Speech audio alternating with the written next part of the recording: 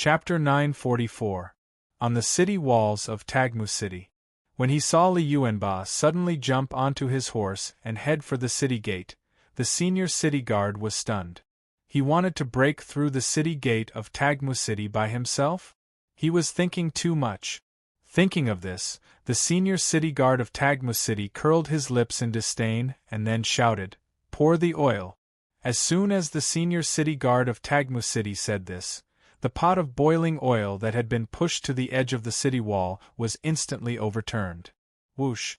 A large amount of boiling oil gushed out and splashed toward Li Yuanba, who was rushing toward the city gate. In midair, Li Yuanba, who sensed the boiling oil falling from above his head, smiled coldly and then his body shook. A buzzing sound was heard. A shield formed by Xiantian Qi instantly enveloped Li Yuanba. At the same time, the boiling oil fell. However, the moment it came into contact with Li Yuanba's shield, it was bounced back. On the city walls of Tagmu City. After seeing Li Yuanba easily block the boiling oil, the senior city guard of Tagmu City narrowed his eyes. Damn it, was this the cultivation technique of the great Han Dynasty's generals? Even boiling oil couldn't penetrate it. Just as the senior city guard thought of this, the deputy general beside him suddenly said, "Senior city guard, don't worry. Senior guard, don't worry. With just him alone, there's no way he can breach the Tagmu City. The pure iron city gate is half a meter thick." As soon as the deputy general said this, the senior city guard let out a long sigh and then said, "That's true. That's true, but we still have to be careful. Go and send some men to block the city gate." "Yes, Senior City Guard." When the deputy general heard this, he hurriedly bowed and said. At this moment, Li Yuanba, who had leaped to the city gate of Tagmu City, raised the sledgehammer in his hands and swung it violently. "Open!" After a loud shout, the sledgehammer in Li Yuanba's hand instantly smashed onto the pure iron city gate of Tagmu City. Boom! Boom! After two loud bangs, the city walls of Tagmu City trembled for a moment. Then, the pure iron city gate of Tagmu City shattered and exploded into pieces of iron that filled the sky. Whoosh, whoosh, whoosh! The sound of something breaking through the air instantly rang out. Poochie, poochie, poochie! The polar bear guards near the city gate were immediately pierced through by the fragments of the pure iron city gate. They died on the spot. On the walls of Tagmu City. This voice. The high-ranking city guard of Tagmu City was first stunned, then his expression changed drastically. At this moment, the city guard's deputy general's shocked words were heard. "Senior guard, the city gate. The city gate has been breached." "I heard that." The high-ranking city guard's face darkened again when he heard that, and then he shouted sternly. As soon as the senior city guard finished speaking, the guards on the city wall instantly went into an uproar. "How is that possible? A pure iron city gate, that is a pure iron city gate. A general of the great Han Dynasty smashed the pure iron city gate by himself? I don't believe it either, but look, that general of the great Han Dynasty has rushed in, the city. The city gate has been breached, won't we lose for sure?" An oppressive and terrifying aura erupted on the city walls as the guards discussed among themselves. When the senior city guard of Tagmu City heard that, his already ugly expression became even uglier. In the next second, the senior city guard of Tagmu City directly shouted, "All of you, shut the F***ck up. There is only one city gate that has been breached, we still have a chance.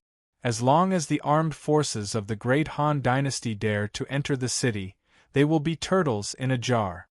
Although the equipment of the armed forces of the great Han Dynasty is very high grade, we are on the city wall, so we can easily attack them. We can shoot arrows, tens of thousands of arrows, and there will always be a hit. We can also smash them to death with rocks, burn them to death with kerosene. Yes, yes. And don't forget, what is the crime of fleeing in the face of battle? Even if you escape and survive, you will be caught, and then your family will be implicated." When the deputy general of the city guard heard this, He immediately came back to his senses and hurriedly shouted. As soon as the Deputy General of the City Guard finished speaking, the faces of the guards who had just panicked suddenly changed. They had no choice but to change. This was the military law of the Polar Bear Empire. If you dare to escape, you can do so as long as you are not afraid of death and implicating your family. The senior city guard is right. We still have a chance. A guard suddenly shouted. Yes, yes. We still have a chance. When the senior city guard of Tagmu City heard this, he immediately heaved a sigh of relief and then shouted. Quickly pass the order, let all the guards in the city get on the city wall. In addition, block the passage to the city wall for me.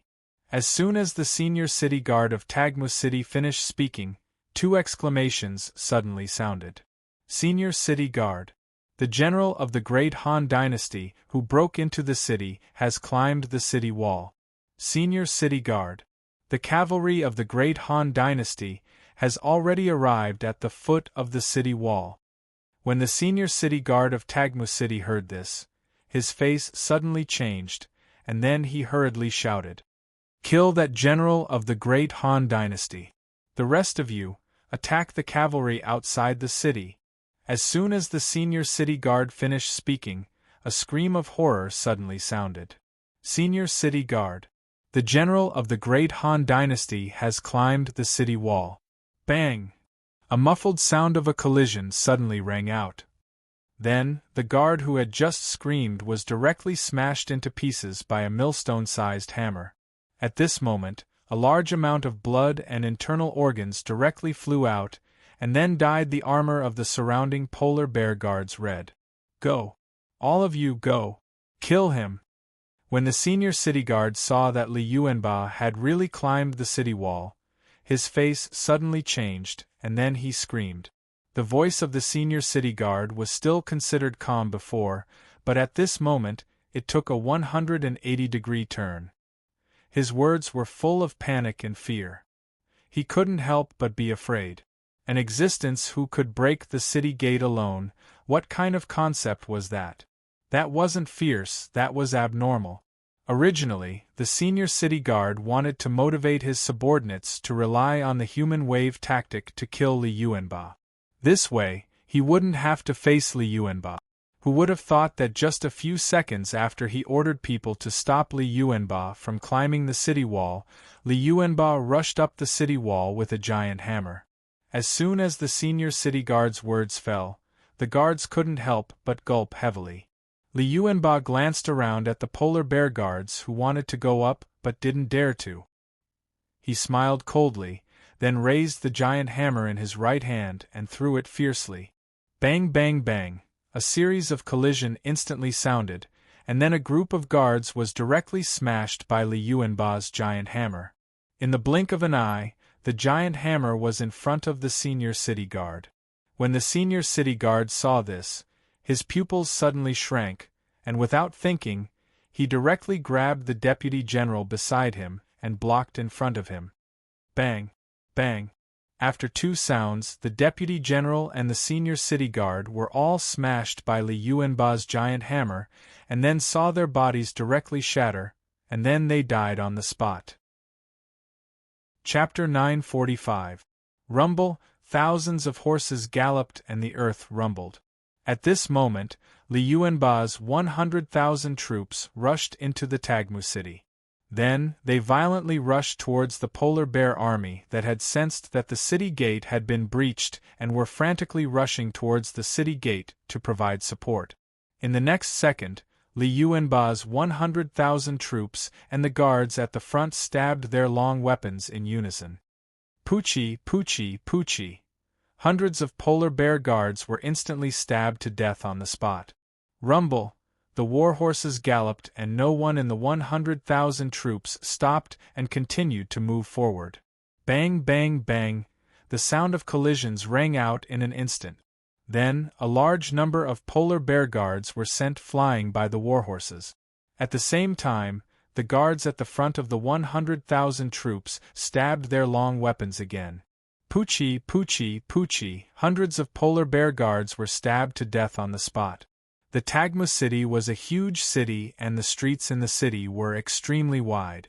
This also caused the charging mode of the 100,000 troops that had rushed into the Tagmu city to be unaffected. The charge continued. The polar bear guards were like wheat, constantly being harvested and harvested. In just a few breaths of time, a strong smell of blood rose from the streets of the Tagmu city. On the city walls of Tagmu city, Li Yuanba, who had finished off the thousands of polar bear guards on the city walls, as well as the high-ranking city guards and the deputy general of the city guards, with a single strike of his hammer, glanced at the remaining polar bear guards around him, whose eyes were filled with shock and fear. He raised the giant hammer in his left hand once again, and then mercilessly killed his way over. Don't kill me! I surrender! I surrender! High-ranking city guards. I'm willing to submit to the great Han dynasty. Don't kill me! Bang, bang, bang, a series of kneeling sounds directly sounded on the city wall. The polar bear guards had now collapsed. If the one who attacked them was just an ordinary general, this would be nothing. They would not be so afraid. And Li Yuanba was clearly not an ordinary general. How could these polar bear guards not be afraid? How could they not be afraid? As for the possibility of being hunted down by the Emperor of the Polar Bear Empire after surrendering, or even endangering their families, these polar bear guards no longer thought about it. They only wanted one thing now, and that was to survive. Boom! With a swing of the hammer, his body exploded. Senior guard. I surrender. He really surrendered. Boom! With a smash of the hammer, his brain exploded, and his body turned into a blood-red meat patty with broken bones. The guards of the Polar Bear Empire on the city wall were begging for mercy, and they were very sincere. Unfortunately, Li Yuanba didn't have the slightest intention of showing mercy. He swung his hammer again and again, smashing one polar bear guard after another. Why? We all surrendered. Why are you still killing us? A polar bear guard, who found that Li Yuanba didn't intend to stop at all, suddenly changed his expression, and then he looked at Li Yuanba and screamed. He didn't understand why Li Yuanba, the general of the Great Han Empire, didn't stop after surrendering. As far as he knew, the Great Han Empire never killed captives. Unfortunately, what greeted him was still Li Yuanba's merciless hammer. Boom! With a face full of fear and confusion, the polar bear guard directly turned into pieces of flesh and blood, and then died on the spot. Soon, the guards of the Polar Bear Empire on the city wall were all killed by Li Yuanba. In the city, Li Yuanba's 100,000 troops had killed a street red. As far as the eye could see, the ground was full of corpses and blood. It looked like a slaughterhouse. 2,000 meters away, where the reincarnation Immortal City's army was. It's about time. Zhao Yunjing glanced at Li Yuanba on top of the Tagmu city, and said with a smile. Hearing this, Zhang San hurriedly looked at Zhao Yun and said, Yunjing, let's say this first. This time, you can't let your white horse righteousness lead the way. It's already at the mortal evolution state. Killing enemies won't improve much. After hearing Zhang San's words, Zhao Yun couldn't help but be stunned. Then, he said helplessly, Okay. Good brother. How about this, old Zhang will go first.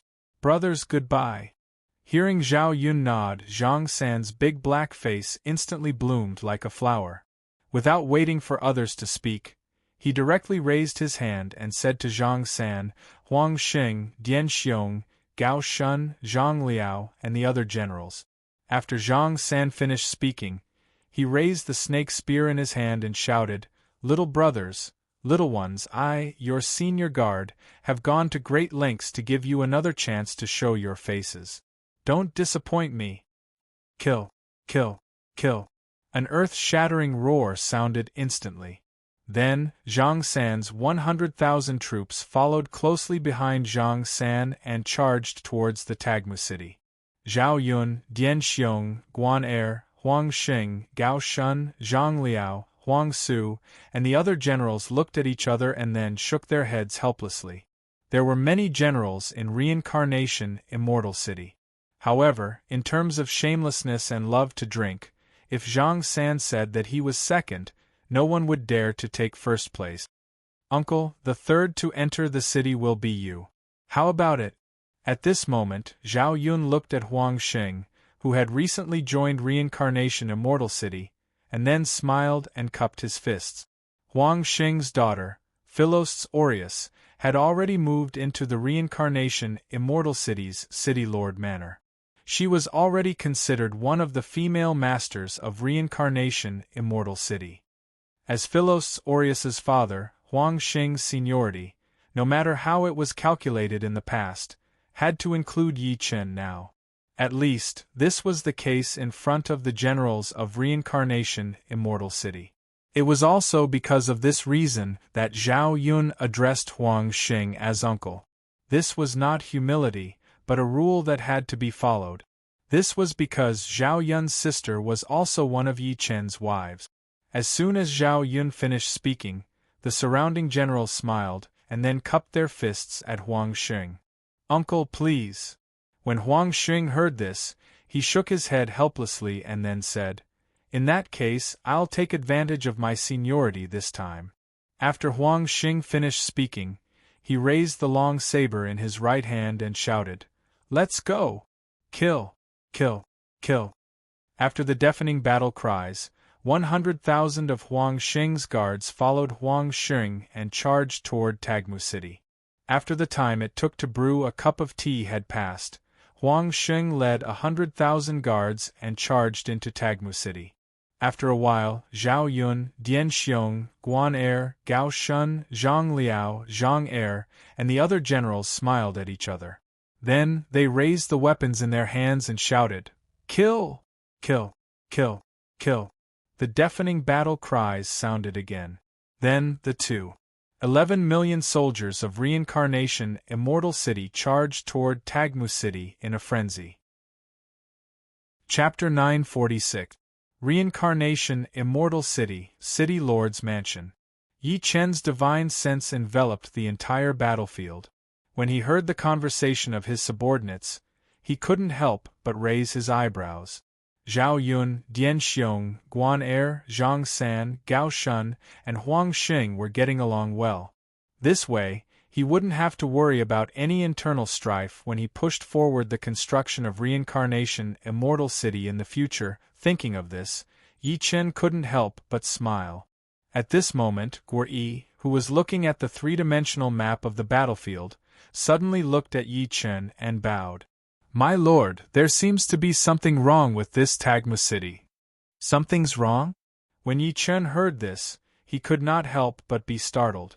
When Guo Yi heard Yi Chen's question, he once again looked at the Tagmu City displayed on the three-dimensional map of the battlefield and bowed. Yes, my lord. According to my observations, this Tagmu giant city appears to be very ordinary. However, if the towers on the city walls are connected together, it looks very much like the Great Blood Refinement Formation.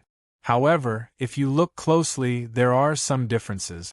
As soon as Guo Yi finished speaking, Jia Fujuan couldn't help but be taken aback. He then looked at Yi Chen and bowed.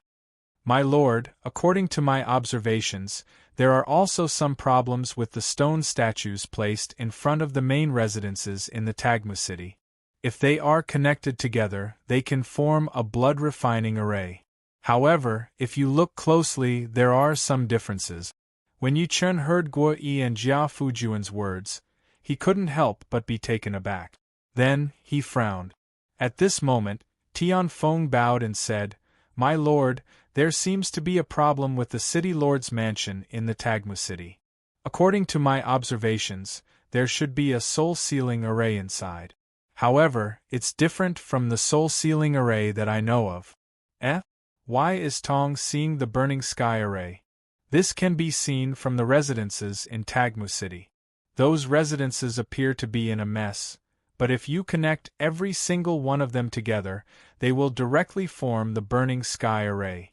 However, this burning sky array is a little different from the burning sky array that Tong knows. Pang Tong, who was at the side, suddenly said in surprise when he heard this.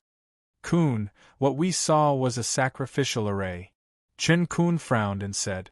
When Yi Chen heard the words of his military advisors, he frowned again. Then, his primordial spirit moved and his enormous consciousness instantly probed towards the Tagmu city.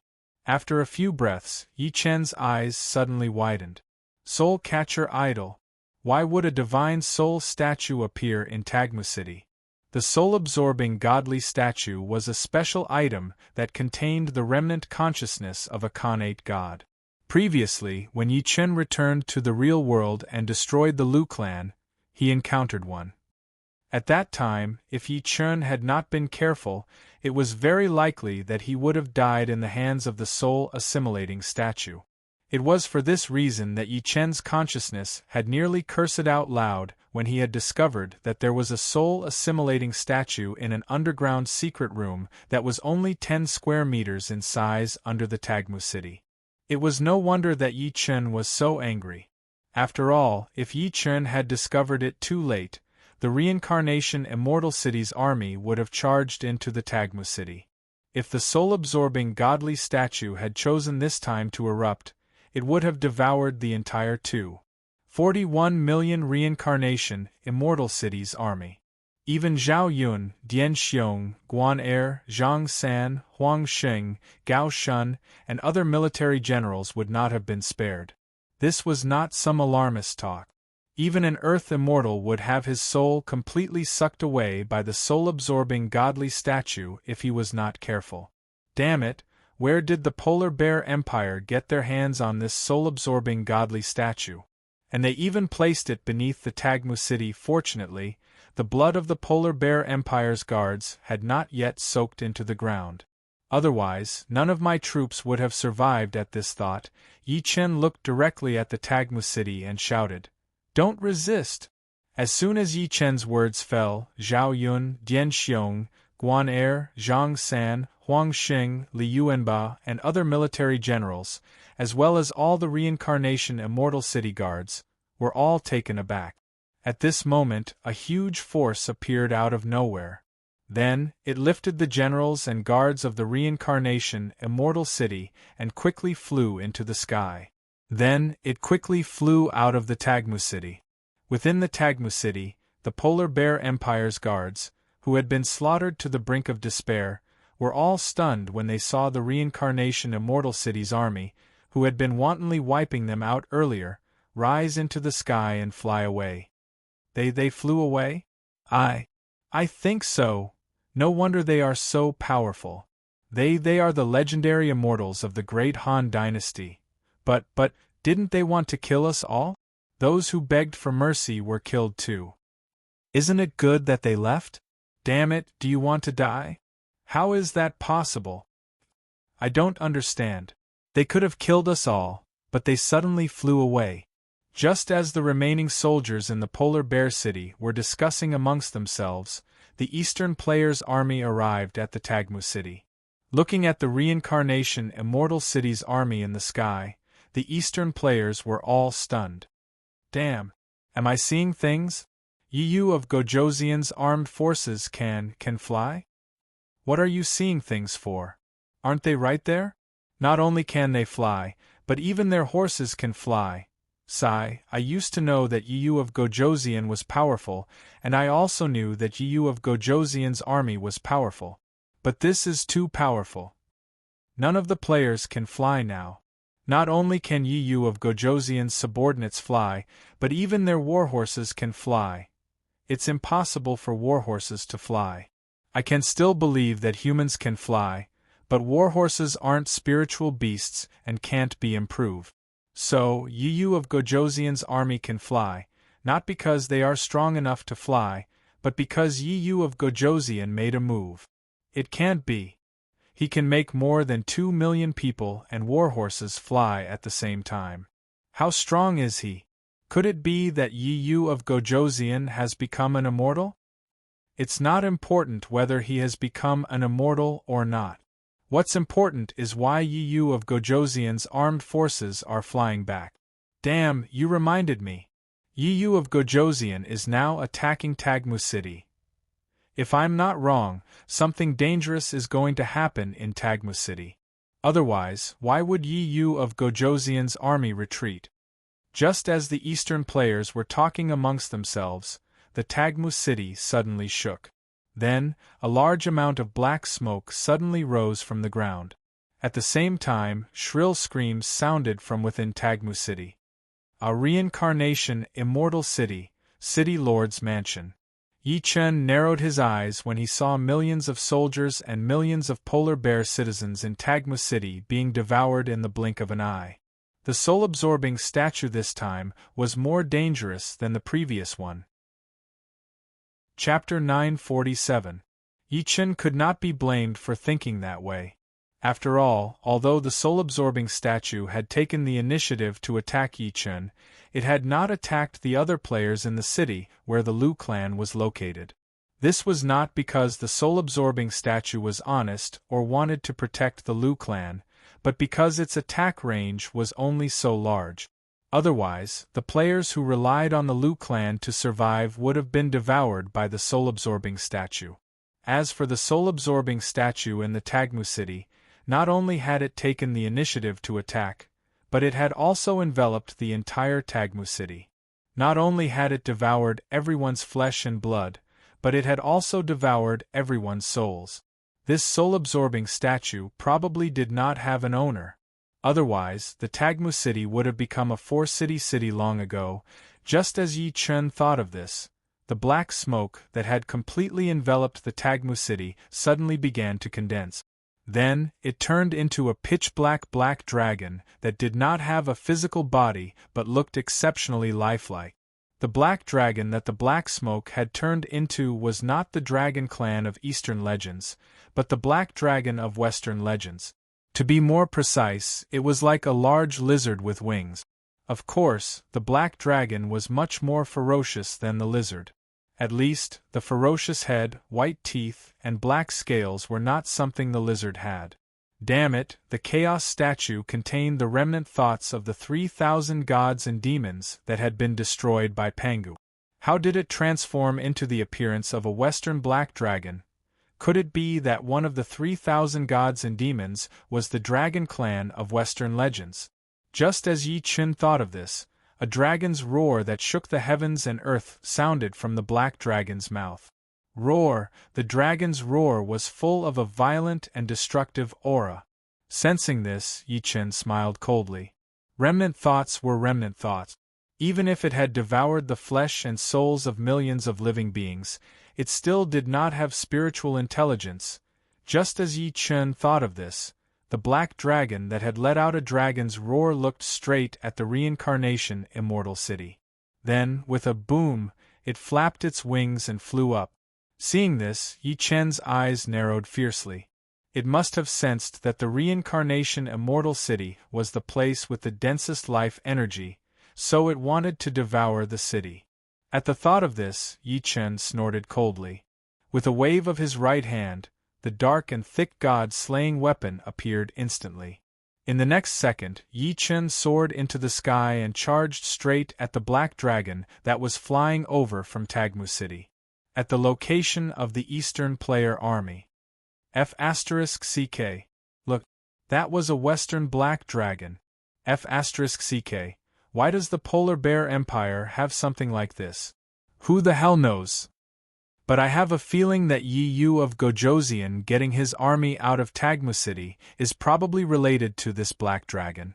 So you're saying that this black dragon is very awesome and very powerful? It's very possible. Don't forget, Yi Yu of Gojoseon's army is very powerful, but Yi Yu of Gojoseon didn't leave his army in Tagmu City. Look. Yi Yu of Gojoseon is flying out of Reincarnation Immortal City.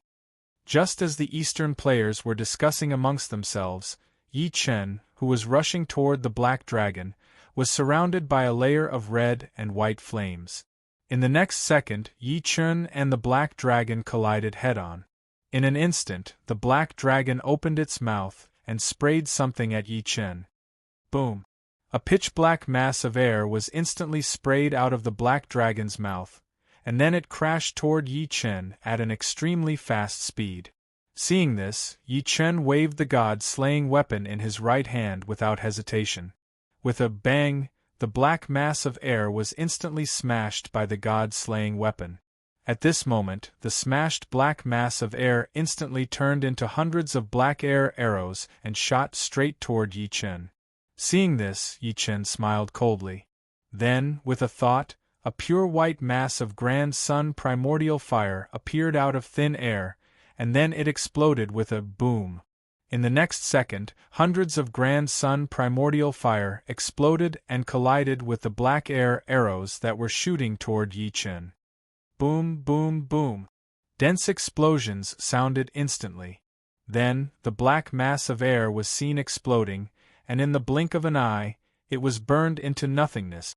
The red lotus hellfire couldn't do anything to the remnant consciousness of the innate god-demon, but the grand sun primordial fire was different. At this thought, the god-slaying weapon in Yi Chen's right hand vibrated, and with a buzz sound, the grand sun primordial fire was instantly attached to the god-slaying weapon. In the next second, Yi Chen stabbed the black dragon with the god-slaying weapon in his right hand. With a poochie sound, the thick black god-slaying weapon covered in grand sun primordial fire stabbed directly into the black dragon's head. Roar! After the dragon's painful roar, an extremely violent explosion sounded instantly. Boom! The black dragon, which had been majestic just a moment ago, exploded immediately. In the blink of an eye, it was enveloped by the grand sun primordial fire. At the location of the Eastern player's army. Holy **T. The underworld King Yi is not just a little ferocious. That was the black dragon, and it was taken care of by the underworld King Yi with just one strike of his weapon. Yeah, when I saw the black dragon's domineering aura just now, I thought he was really awesome. Who knew that he would be defeated by Yiyu of Gojoseon in one move? That's for sure. **CK, think about it. Yiyu of Gojoseon even swallowed the right hand of the god of light before. What's so strange about him killing a big lizard? I already expected this outcome.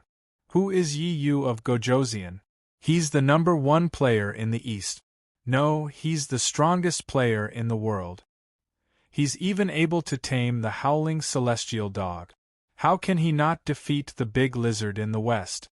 Just as the players were discussing how Yi Chen had defeated the black dragon in such a simple and violent manner, the black dragon, who had been mercilessly burned, turned into nothingness with an indignant roar.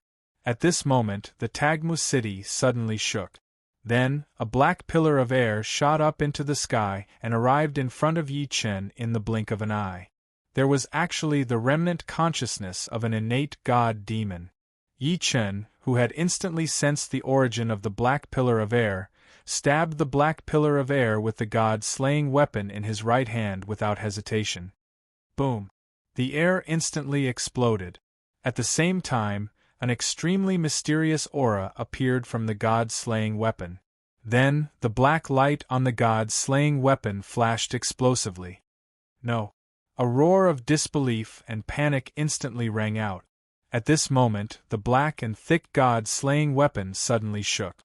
Then, the black pillar of air was directly devoured by the god-slaying weapon. Seeing this, Yi Chen let out a long breath. A soul-absorbing statue actually hid the remnant consciousness of 2 innate gods. No wonder it had no master and its attack range was so large.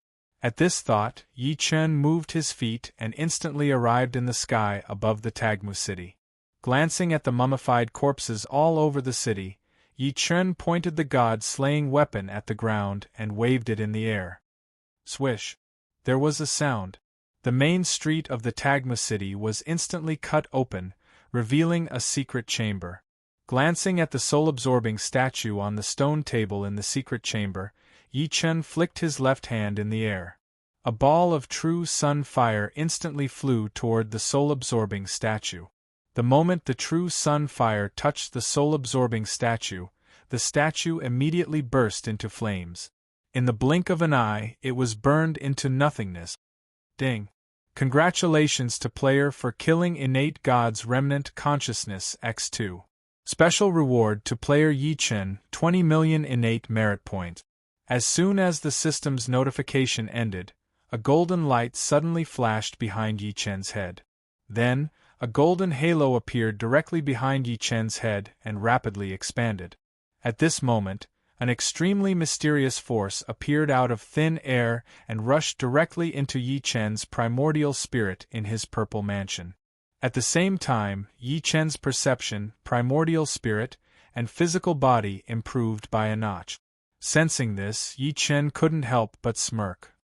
Indeed, just like before, killing the remnant consciousness of an innate god could give him innate merit points.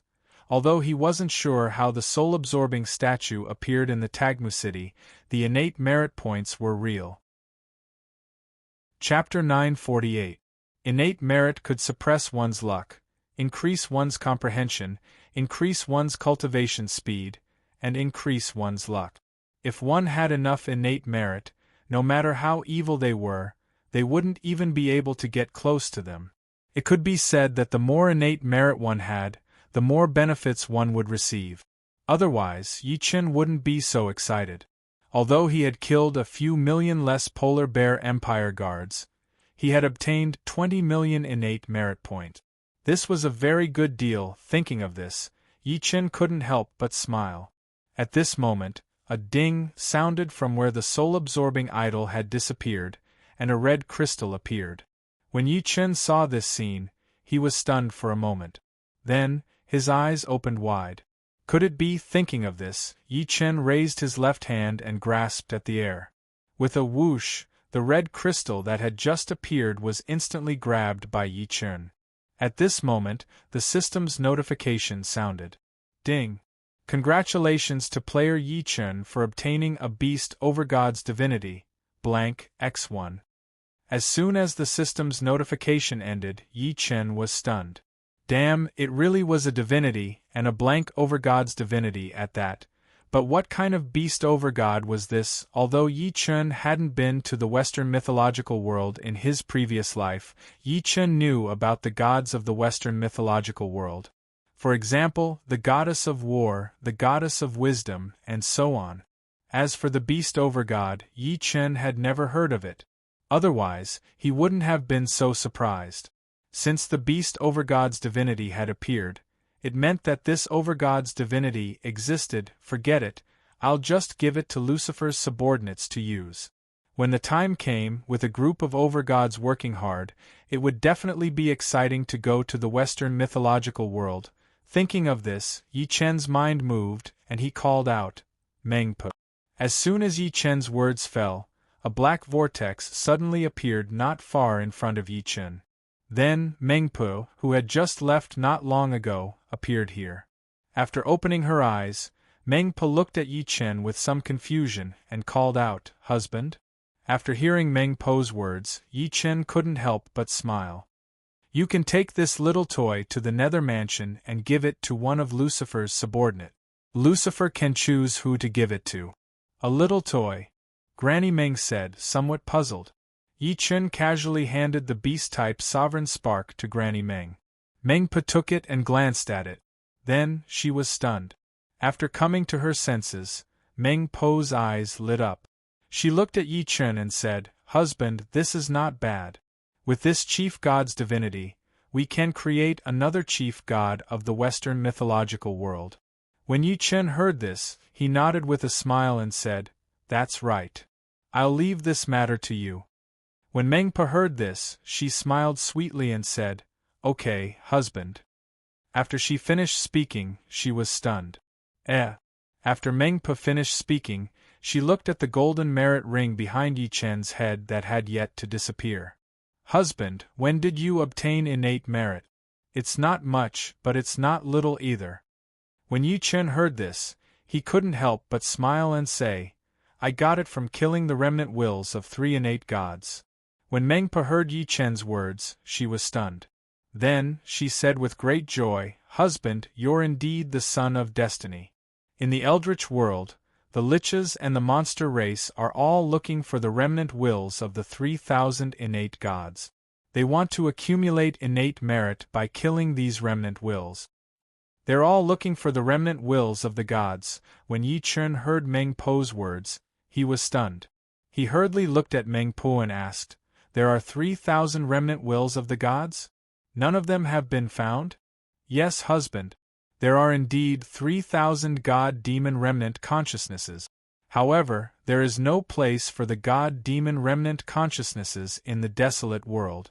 The moment they appear, they will be killed. Therefore, they are hidden very deeply. It is very difficult to find them." Hearing this, Meng Po shook her head and said. When Yi Chen heard this, his eyes lit up. F***ck, there really are 3,000 innate gods' remnant wills. Moreover, the mighty figures in the eldritch world don't know that the innate gods' remnant wills are hidden in the soul-absorbing statue in Yi Chen's previous life. The soul-absorbing statue had been circulating among the players. It was often used to plot against others, and every plot was accurate. If it encountered a ruthless person, it was not an empty promise to kill millions of people in one go. This was also the reason why Yi Chen knew about the soul-absorbing statue. It couldn't be helped. The soul-absorbing statue was too insidious. No one knew about it at first, but after a long time, the secret could not be hidden. Of course, this was not important. What was important was that the remnant wills hidden in the soul-absorbing statue could not be destroyed. As a result, even until Yi Chen's rebirth, no one knew that destroying the innate god's remnant wills would give one innate merit. And now, although Yi Chen knew that destroying the innate merit would give him innate merit, he did not think of collecting the soul-absorbing statue and obtaining a large amount of innate merit. This was because in Yi Chen's opinion, there should not be many innate gods' remnant wills or soul-absorbing statues. Who would have thought that the truth was not so? F***ck, he had to be careful with the soul-absorbing statue in the future. One statue was worth 10 million innate merit. If there were 3,000 of them, that would be a huge amount. If he could really collect all 3,000 innate gods' remnant wills and destroy them, the benefits would be huge. At this thought, Yi Chen's eyes lit up. F***ck, it's settled then. Husband, do you know where the innate god-demon is hiding? Meng Po asked after a slight pause when she saw Yi Chen's expression. When Yi Chen heard this, he nodded and said, "They are hidden in the soul-absorbing statue." Meng Po had become Yi Chen's woman and was loyal to Yi Chen. There was no need for Yi Chen to hide anything. After hearing Yi Chen's words, Meng Po was stunned for a moment. Then, she hurriedly looked at Yi Chen and said, "Hubby, although the true fire of the sun can destroy most of the innate god's remnant wills, there are still some that can't be destroyed. Especially the innate god's remnant wills that have made great achievements in the great Tao of fire. If you encounter them, you must be careful." "Okay, I'll keep that in mind." Yi Chen's heart warmed when he heard this. Then, he said softly. Meng Po smiled sweetly and said, Hubby, don't forget about the soul-absorbing statue. Husband, don't tell anyone about the soul-absorbing statue. Otherwise, if it is spread to the untainted land, the soul-absorbing statue will be found by the experts of the sorcerer tribe and the demon tribe. At that time, it will affect your plan to obtain primordial merit. Okay. When Yi Chen heard that Meng Po excluded the sorcerer tribe, his heart warmed again. Then, he nodded heavily and said, "Yes." When Meng Po heard this, she smiled again and kissed Yi Chen hard. Then, she said, "Hubby, I'm going back to the Yu mansion." Chapter 949. Yi Chen nodded. At this moment, Yi Chen suddenly thought of something and hurriedly said, "Wait." With that, Yi Chen waved his right hand and the void stone appeared in an instant. A rare treasure ring also appeared in Yi Chen's hand. Looking at the ring and the void stone in his hand, Yi Chen willed the grand sun primordial flame to appear and envelop the ring and the void stone. At the same time, an aura that belonged to the great Tao of space suddenly appeared on Yi Chen's body and rushed toward the grand sun primordial flame. After a few breaths, the space stone disappeared, and the flames also dissipated, revealing a completely different ring. Yi Chen smiled as he glanced at the ring in his hand. He waved his right hand and a large amount of fruits and 100-flower wine flew over from Reincarnation Immortal City. After that, Yi Chun stored all of them into the storage ring that he had just refined. In the next second, Yi Chun willed 1,000 pieces of enlightenment tea and a rare treasure tea set appeared in an instant and were stuffed into the storage ring by Yi Chun. Looking at the storage ring that was not full yet, Yi Chun willed it and 100,000 enlightenment stones appeared in an instant and were put into the storage ring by Yi Chun. Meng Po, who was watching Yi Chun busying himself, smiled sweetly when she saw this. At this moment, Yi Chun waved his right hand and a vermilion god-level face retaining fruit appeared in Yi Chun's right hand. Looking at the god-level face retaining fruit and the storage ring in his hand, Yi Chun let out a long breath and handed them to Meng Po. "Thank you, husband." Meng Po took the storage ring and the god-level face retaining fruit and gave it to Yi Chun. She was very happy. Yi Chun touched his lips and nodded with a smile. Then, he said, "That's right. You are a Deluo Jinxian. Although you can easily open up your own space, you can't have one ring for each of them. However, the ring is still a little rough because of the materials. I will refine it for you in the future when I have better materials." The symbolic value of the ring was greater than its practical value, at least in Yi Chun's opinion. It was also for this reason that Yi Chun had specially refined the rings for the women. Now, Meng Po had also become Yi Chun's woman. Yi Chun naturally couldn't favor one and discriminate against the other. He didn't refine a ring that symbolized love for Meng Po. When Meng Po heard this, she looked in the direction of the Reincarnation Immortal City and nodded her head happily. When Meng Po followed Yi Chun, she was already a golden immortal. It was simply too easy for her to investigate Reincarnation Immortal City. It was also for this reason that Meng Po had long known that Yi Chun had many partners. For Meng Po, there was nothing unacceptable about this. Otherwise, she would have alienated Yi Chun because of this. She wouldn't even help Yi Chun. Seeing Meng Po nod her head, Yi Chun smiled and continued. Although the god-level youth-retaining fruit isn't precious and can't help in cultivation, it has the miraculous effect of retaining one's youthful looks. As for the enlightenment stone in the ring, it can be used to enter the enlightenment mode. It can be used to refine spiritual treasures, comprehend cultivation methods, understand rules, and even great Daos. By the way, those tea leaves are enlightenment tea. If you have nothing to do, you can use them to make tea. I have prepared a tea set for you. If you like to drink, the 100 flowers wine should satisfy your taste bud. As for the fruits, they were plucked from the immortal level fruit trees when Reincarnation City was upgraded to Reincarnation Immortal City. If you are bored, you can take them out and have a taste. Yi Chun continued to blabber on until this point. Just as he was about to continue, Meng Po's mouth covered his mouth. After a long and deep kiss, Meng Po leaned her head back slightly and looked into Yi Chun's eyes. She said with incomparable affection, "Brother Yi, to be able to meet my husband, I have no regrets in this life." After hearing Meng Po's affectionate words, Yi Chun couldn't help but feel warm in his heart.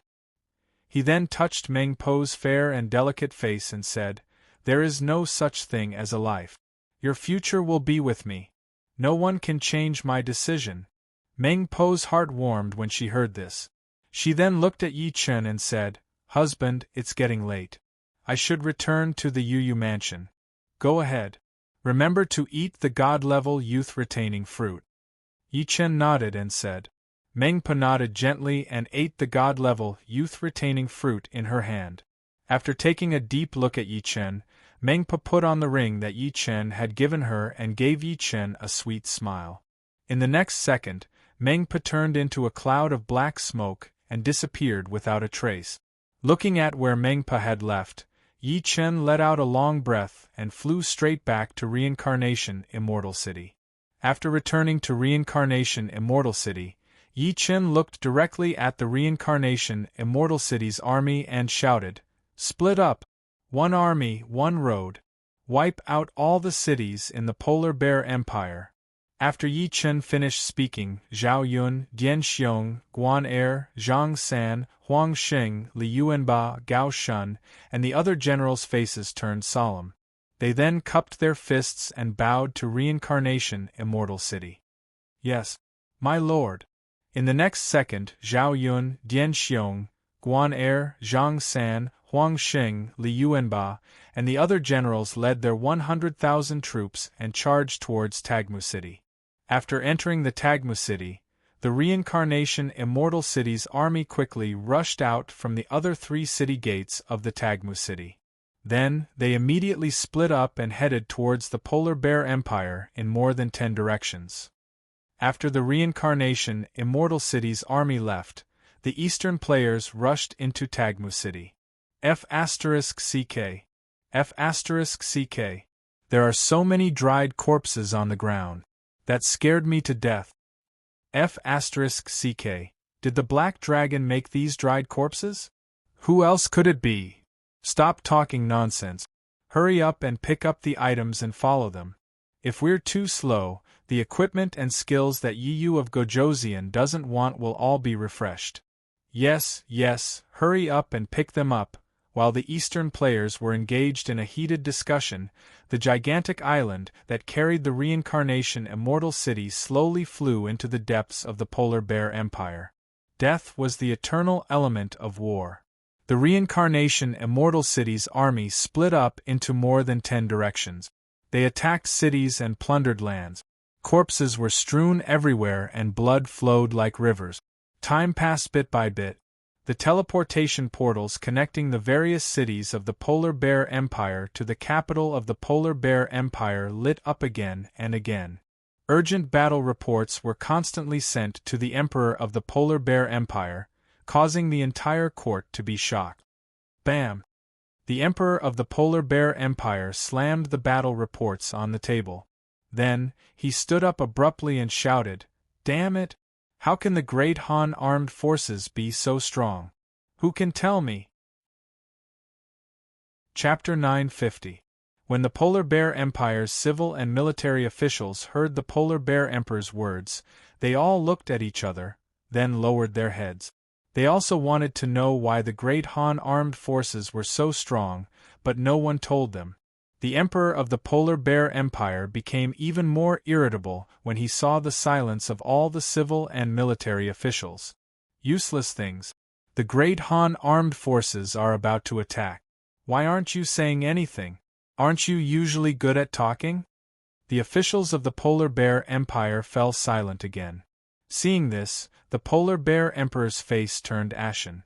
At this moment, a fat middle-aged man suddenly stepped out of the ranks and looked at the Polar Bear Emperor, saying, "Let's go. Your Majesty, the one attacking our Polar Bear Empire this time is Yu of Beach of the Great Han Empire. It is said that this person is good at war. Not only did he destroy Zhebian, but he also destroyed Tintu. Although our Polar Bear Empire is stronger than these 2 countries, I'm afraid we don't have the strength to fight against Prince Yu of Han." The Emperor of the Polar Bear Empire's livid face turned even more livid when he heard this. The next second, the Emperor of the Polar Bear Empire stared at the fat man with fire in his eyes. "Zoros, what do you want to say? Surrender?" The plump middle-aged man named Zoros shook his head and said, "Your Majesty, we won't go so far as to surrender. However, we can marry the princess of the Polar Bear Empire to the Emperor of the Great Han Empire. This way, the Polar Bear Empire will have a chance to recuperate." The moment Zoro's words fell, the eyes of the officials of the Polar Bear Empire lit up. They hurriedly bowed and said, "Your Majesty, we agree with Prince Zoro's suggestion." "Damn it! Don't you know that Princess Ashali is only 5 years old this year?" Hearing this, the Polar Bear Empire's Emperor's eyes were filled with anger, then he roared loudly, "Damn it!" When Prince Zoros of the Polar Bear Empire heard this, he sighed. "My dear brother, compared to the 100-year foundation of the Polar Bear Empire, sacrificing a princess is nothing. Zoros, why don't you marry off your daughter?" When the Polar Bear Emperor heard this, his face darkened again. Ling Binbin looked at Zoros and asked. When Prince Zoros of the Polar Bear Empire heard this, he smiled and said, Your Majesty, my daughter has already married the son of the Great Guard, Robbins. I can't go through with the marriage. Enough! The Polar Bear Emperor's eyes narrowed when he heard this, and he shouted sternly. When Prince Zoros of the Polar Bear Empire heard this, he glanced at the Emperor and said seriously, Don't worry. Your Majesty, if we continue to hesitate, more cities in the Polar Bear Empire will be destroyed by Prince Yu of Han. At that time, even if we agree to the marriage alliance, the Polar Bear Empire will not be able to recuperate. We implore Your Majesty to reconsider. When the officials and generals heard this, they all looked at each other and then bowed. When the Polar Bear Emperor heard this, his chest tightened, and he spat out a mouthful of blood. After shaking a few times, the Emperor of the Polar Bear Empire sat down on the throne with a bang. At this moment, the Polar Bear Emperor was furious, but no matter how angry he was, he couldn't say anything. This was because all the nobles of the Polar Bear Empire were in favor of the marriage alliance with Great Han. Ashali, father has let you down. The Emperor of the Polar Bear Empire only had one descendant, the 5-year-old princess that he had mentioned. He originally wanted to nurture this princess into the Polar Bear Empire's empress, but now, his thoughts were destroyed. After a short silence, the Polar Bear Emperor instantly aged more than 10 years. In the next second, the Polar Bear Emperor looked at Prince Zoros and said, I'll leave this matter to you. I'm tired, so I'm going back to rest. When Prince Zoros of the Polar Bear Empire heard this, he smiled and said, Yes, Your Majesty. When the Polar Bear Emperor heard this, he got up and left the palace. Just as the Polar Bear Emperor left the palace, all the civil and military officials of the Polar Bear Empire smiled. It's all thanks to Prince Yu of Han. Otherwise, our great Polar Bear Empire would have been ruled by a woman. Yeah, letting a woman rule is simply humiliating us. That's right. While the civil and military officials were cheering, Prince Zoros clapped his hands and indicated for everyone to be quiet. After the civil and military officials quieted down, Prince Zoros said, Kiggle, prepare 2 letters of credence. One for Prince Yu of Han and one for the Emperor. 2. The civil official named Kiger couldn't help but be taken aback when he heard this and asked. Prince Zoros nodded and said, That's right. That's right, there are 2. The marriage proposal is for the Emperor of the Great Han Dynasty, while the proposal for the King of the Great Han Dynasty is to show our sincerity. Moreover, it has to be 200% sincerity. Otherwise, the Polar Bear Empire will be destroyed by the King of the Great Han Dynasty before the letter even reaches the Great Han Dynasty. When Prince Zoros finished speaking, the civil and military officials of the Polar Bear Empire froze. Prince Zoros is right. Prince Yu of Han is too good at fighting. If we don't make him stop, our Polar Bear Empire might really be in danger. Indeed, but what do we have to prepare to show our sincerity? When Prince Zoros heard this, he smiled and said, Our Polar Bear Empire is rich in beauties, so we naturally have to prepare a large number of beauties for Prince Yu of Han. Moreover, they have to be virgins. I heard that the Great Han Empire places great importance on the chastity of women. If they aren't virgins, there might be a negative effect, a civil official hurriedly said. Not only virgins, but they also have to be beauties with status, a general added. Prince Zoros nodded and said, That's right. That's why each family has to have a daughter, and at least 3. When the civil and military officials of the Polar Bear Empire heard this, they all looked at each other and nodded. Good. Hearing this, Prince Zoros smiled and looked at the senior guard of the Polar Bear Empire, Robies, and said, Robies, go and gather all the armed forces in the city. As for the poor, don't care if they live or die. Oh right, don't forget to chase all the players out of the city. These people aren't easy to control, and they can easily cause chaos. Chapter 951. Prince Zoros, it doesn't matter if we expel the Inhumans. They won't really die. However, if we don't care about the poor, there won't be anyone to farm in the Polar Bear Empire. Senior Guard Robbys was slightly taken aback when he heard this. Prince Zoros smiled faintly and said, "The Confucian religion is the Confucian religion. The Han Dynasty talks about Confucian culture, so they won't attack the poor of the Polar Bear Empire. However, what you said is not unreasonable. How about this? We'll allow the poor to use the teleportation formation, but the teleportation location can only be outside the capital." "All right." Senior Guard Robbys was taken aback when he heard this. After he regained his senses, he nodded and hurriedly left the main hall. Prince Zoros glanced at Robbys, then looked at the officials in the main hall and said, "All right, prepare yourselves. All right, go and prepare. Remember, it has to be a virgin, and it has to be your direct child." "All right." All the officials nodded in unison when they heard this. After that, they left the main hall one by one. In the hinterland of the Polar Bear Empire. After the reincarnation, Immortal City's army swept through hundreds of cities. They encountered many empty cities. Noticing this, the generals of the reincarnation Immortal City increased their marching speed without hesitation. Then, they rushed towards the capital of the Polar Bear Empire. Reincarnation Immortal City, City Lord's Mansion. Yi Chen, who had used his divine sense to scan the entire Polar Bear Empire, looked in the direction of the capital of the Polar Bear Empire. Then, he waved his right hand, and the space in front of the army suddenly distorted. In the next second, the reincarnation Immortal City's army rushed into the distorted space and disappeared. 100 miles away from the capital of the Polar Bear Empire, the space suddenly distorted. Then, the reincarnation Immortal City's army rushed out from it. In an instant, a large number of curses and scoldings could be heard. "Those damned natives! How dare they expel us? Damn it! We came all the way to this damned capital to fight against Yi Chen, but this is what we get in return. Let's go back and kill those damned nobles and the emperor!" Rumble! Tens of thousands of horses galloped and the earth rumbled. The appearance of the reincarnation Immortal City's army attracted the attention of the players of the Polar Bear Empire. They turned around to look at the army.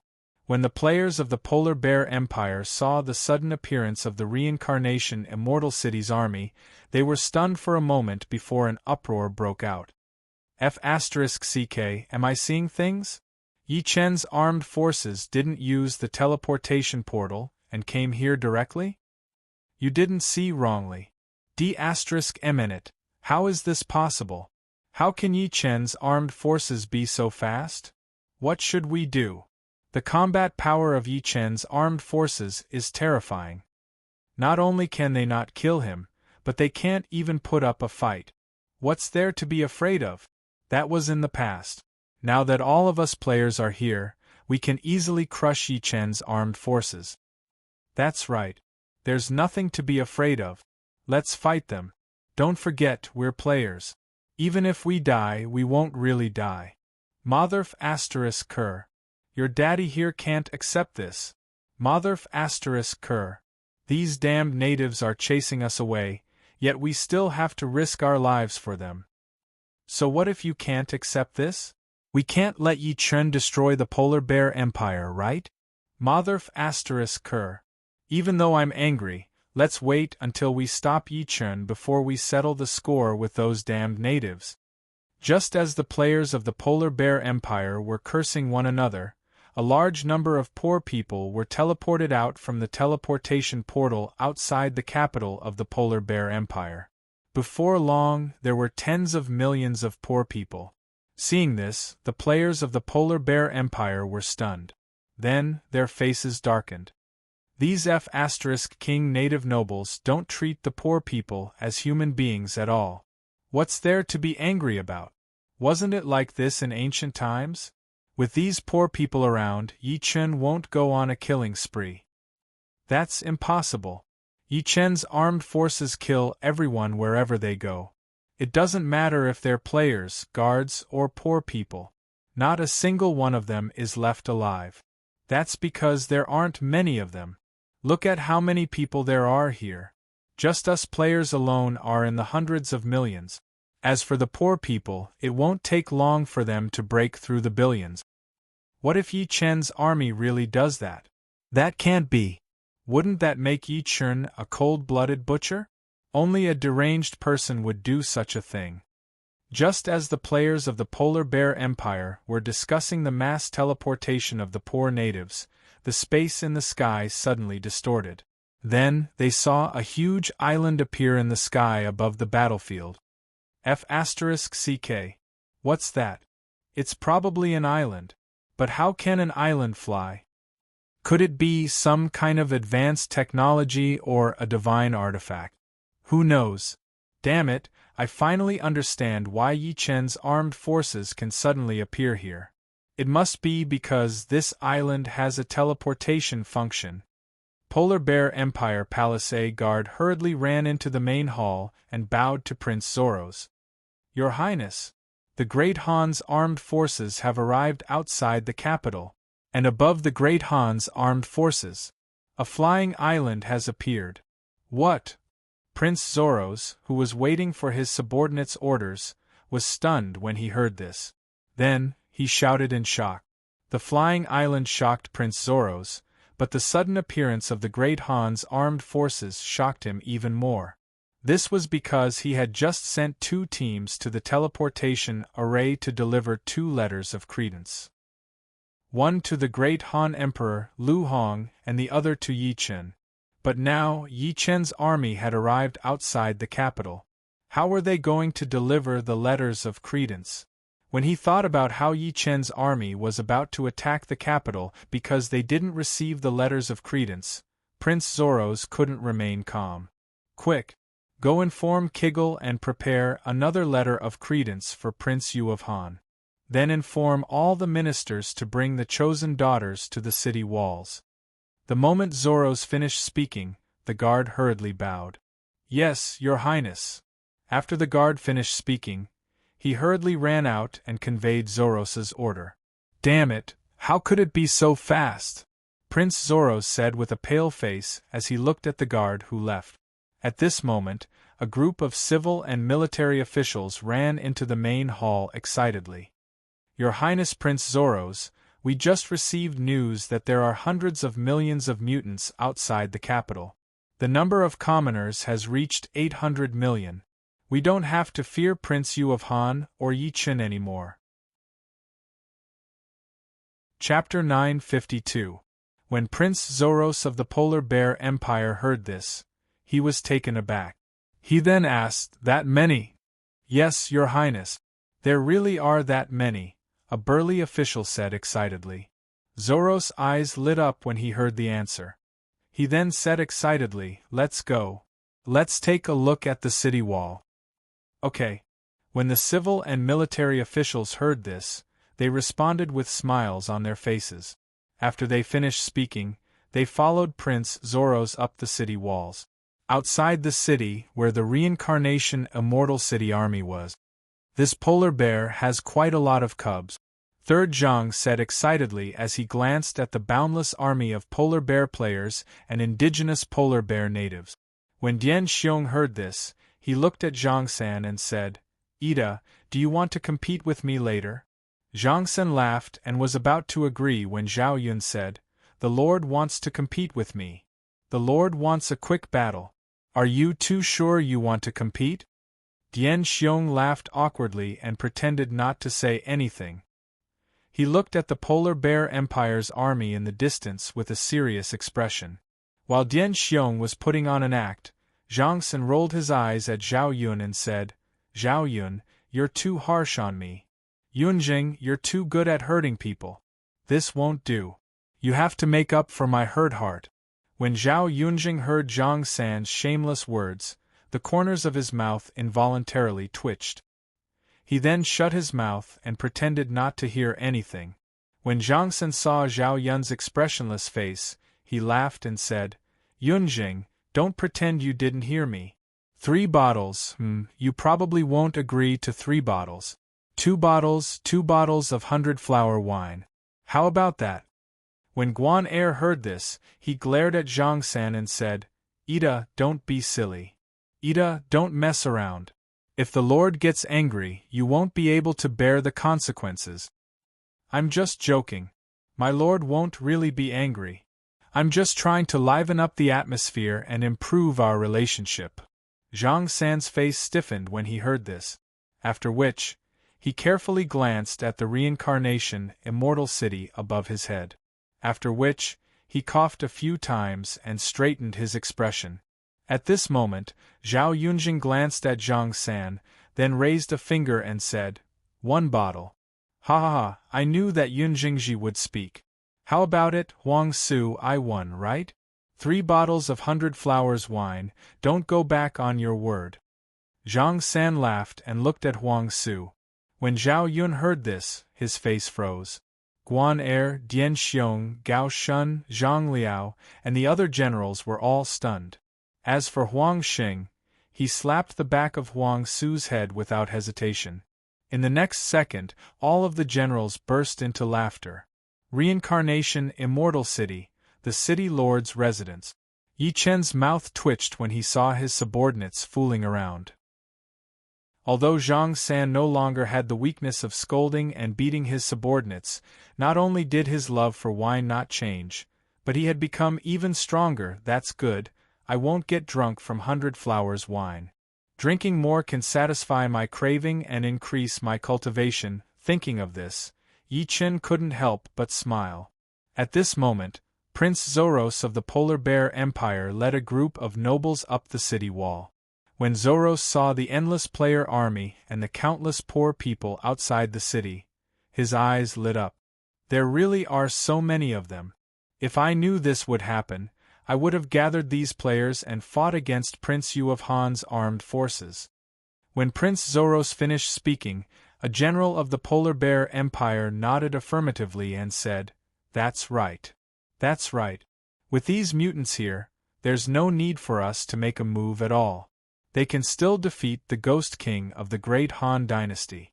When a civil official of the Polar Bear Empire heard this, he glanced at the endless sea of people outside the city, then looked at Prince Zoros of the Polar Bear Empire and said, Your Highness, I think that we should add an official position in the Polar Bear Empire to record the population. Otherwise, if we encounter such a situation in the future, we'll be flustered again. Prince Zoros of the Polar Bear Empire laughed and said, You're right. In the future, we should learn from the Great Han and make a household register for everyone. That way, we'll know how many people there are in the Polar Bear Empire. A civil official hesitated for a moment before asking, Your Highness, a portion of these players were expelled from the capital. The rest can only be teleported out of the capital. If they have resentment in their hearts and are unwilling to listen to our orders to resist the armed forces of the Great Han, what should we do? Prince Zoros' eyes widened when he heard this, then he shouted sternly, Rebel against them. If they dare to disobey, then they'll be labeled as sinners. While the prince and the other nobles of the Polar Bear Empire were discussing this matter, the players of the Polar Bear Empire didn't hesitate to raise their middle fingers at Prince Zoros and the other nobles of the Polar Bear Empire. Seeing this, Prince Zoros paused for a moment before looking at the surrounding nobles and asking. He looked at the other nobles and asked, What do these players' gestures mean? I don't know. Perhaps it's admiration. It's probably admiration, at the location of the Polar Bear Empire's army. After a noisy discussion, the Polar Bear Empire's players closest to the Reincarnation Immortal City's army took out their bows and arrows and aimed at the Reincarnation Immortal City's army. Whoosh, whoosh, whoosh, dense sounds of arrows piercing through the air could be heard. Then, tens of millions of arrows soared into the sky and shot towards the Reincarnation Immortal City's army. At the location of the Reincarnation Immortal City's army, Zhao Yunjing, Dian Xiong, Guan Er, Zhang San, Gao Shun, Huang Xing, and the others looked at the distorted space behind them. After confirming that all of their subordinates had arrived, they exchanged glances with each other and shouted in unison, "Boss! Green Dragon battle formation! Kill! Kill! Kill!" The 2,410,000 reincarnation Immortal Cities army roared loudly, and their voices shook the sky. In the next second, green light rose from the reincarnation Immortal Cities guards and flew into the sky. In the blink of an eye, the green light gathered in one spot. Roar! A dragon's roar shook the heavens and earth. Then, a gigantic green dragon covered in green scales appeared in the sky. The Polar Bear Empire's players, who had just attacked the reincarnation Immortal Cities army, were stunned. What's that? Dragon! The Eastern Godly Dragon!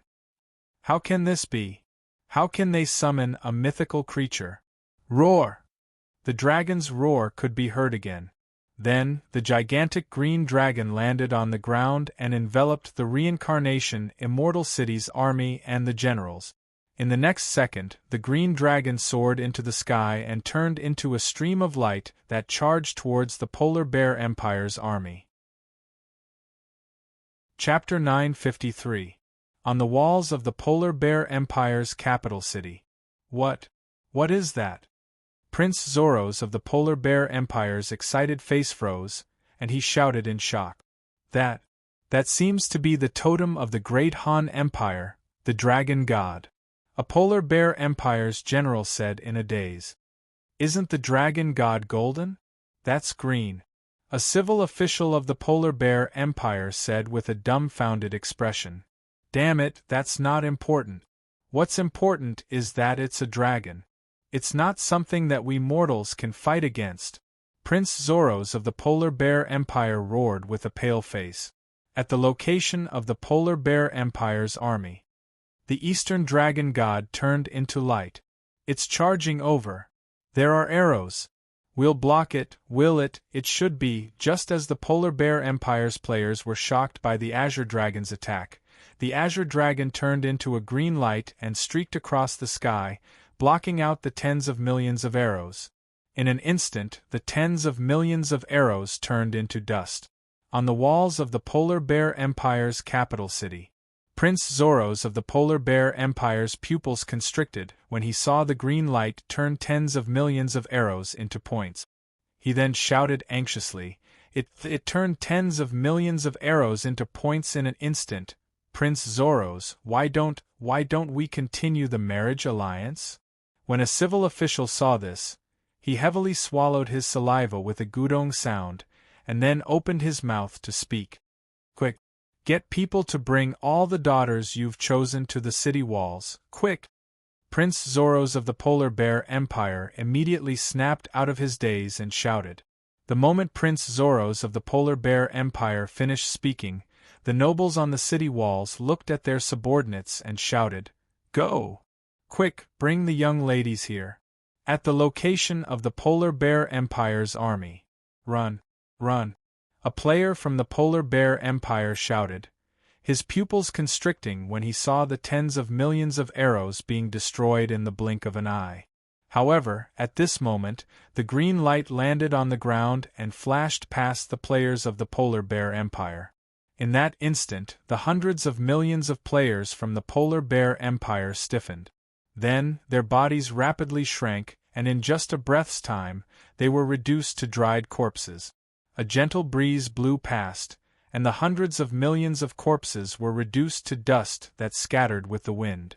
The chilling scene appeared before the eyes of all the nobles, guards, paupers, and players of the Polar Bear Empire. At this moment, the entire battlefield fell silent. Gulp, gulp, the sound of gulping filled with fear soon rang out in waves. Everyone stared in horror at the hundreds of millions of dried corpses that were turning into dust in the wind. On the walls of the Polar Bear Empire, Prince Zoros of the Polar Bear Empire recovered from his shock and shuddered. He then said with a terrified expression, Die! Hundreds of millions died, and they all turned into dried corpses. Too terrifying. That's the Great Han Divine Dragon. It killed hundreds of millions of people.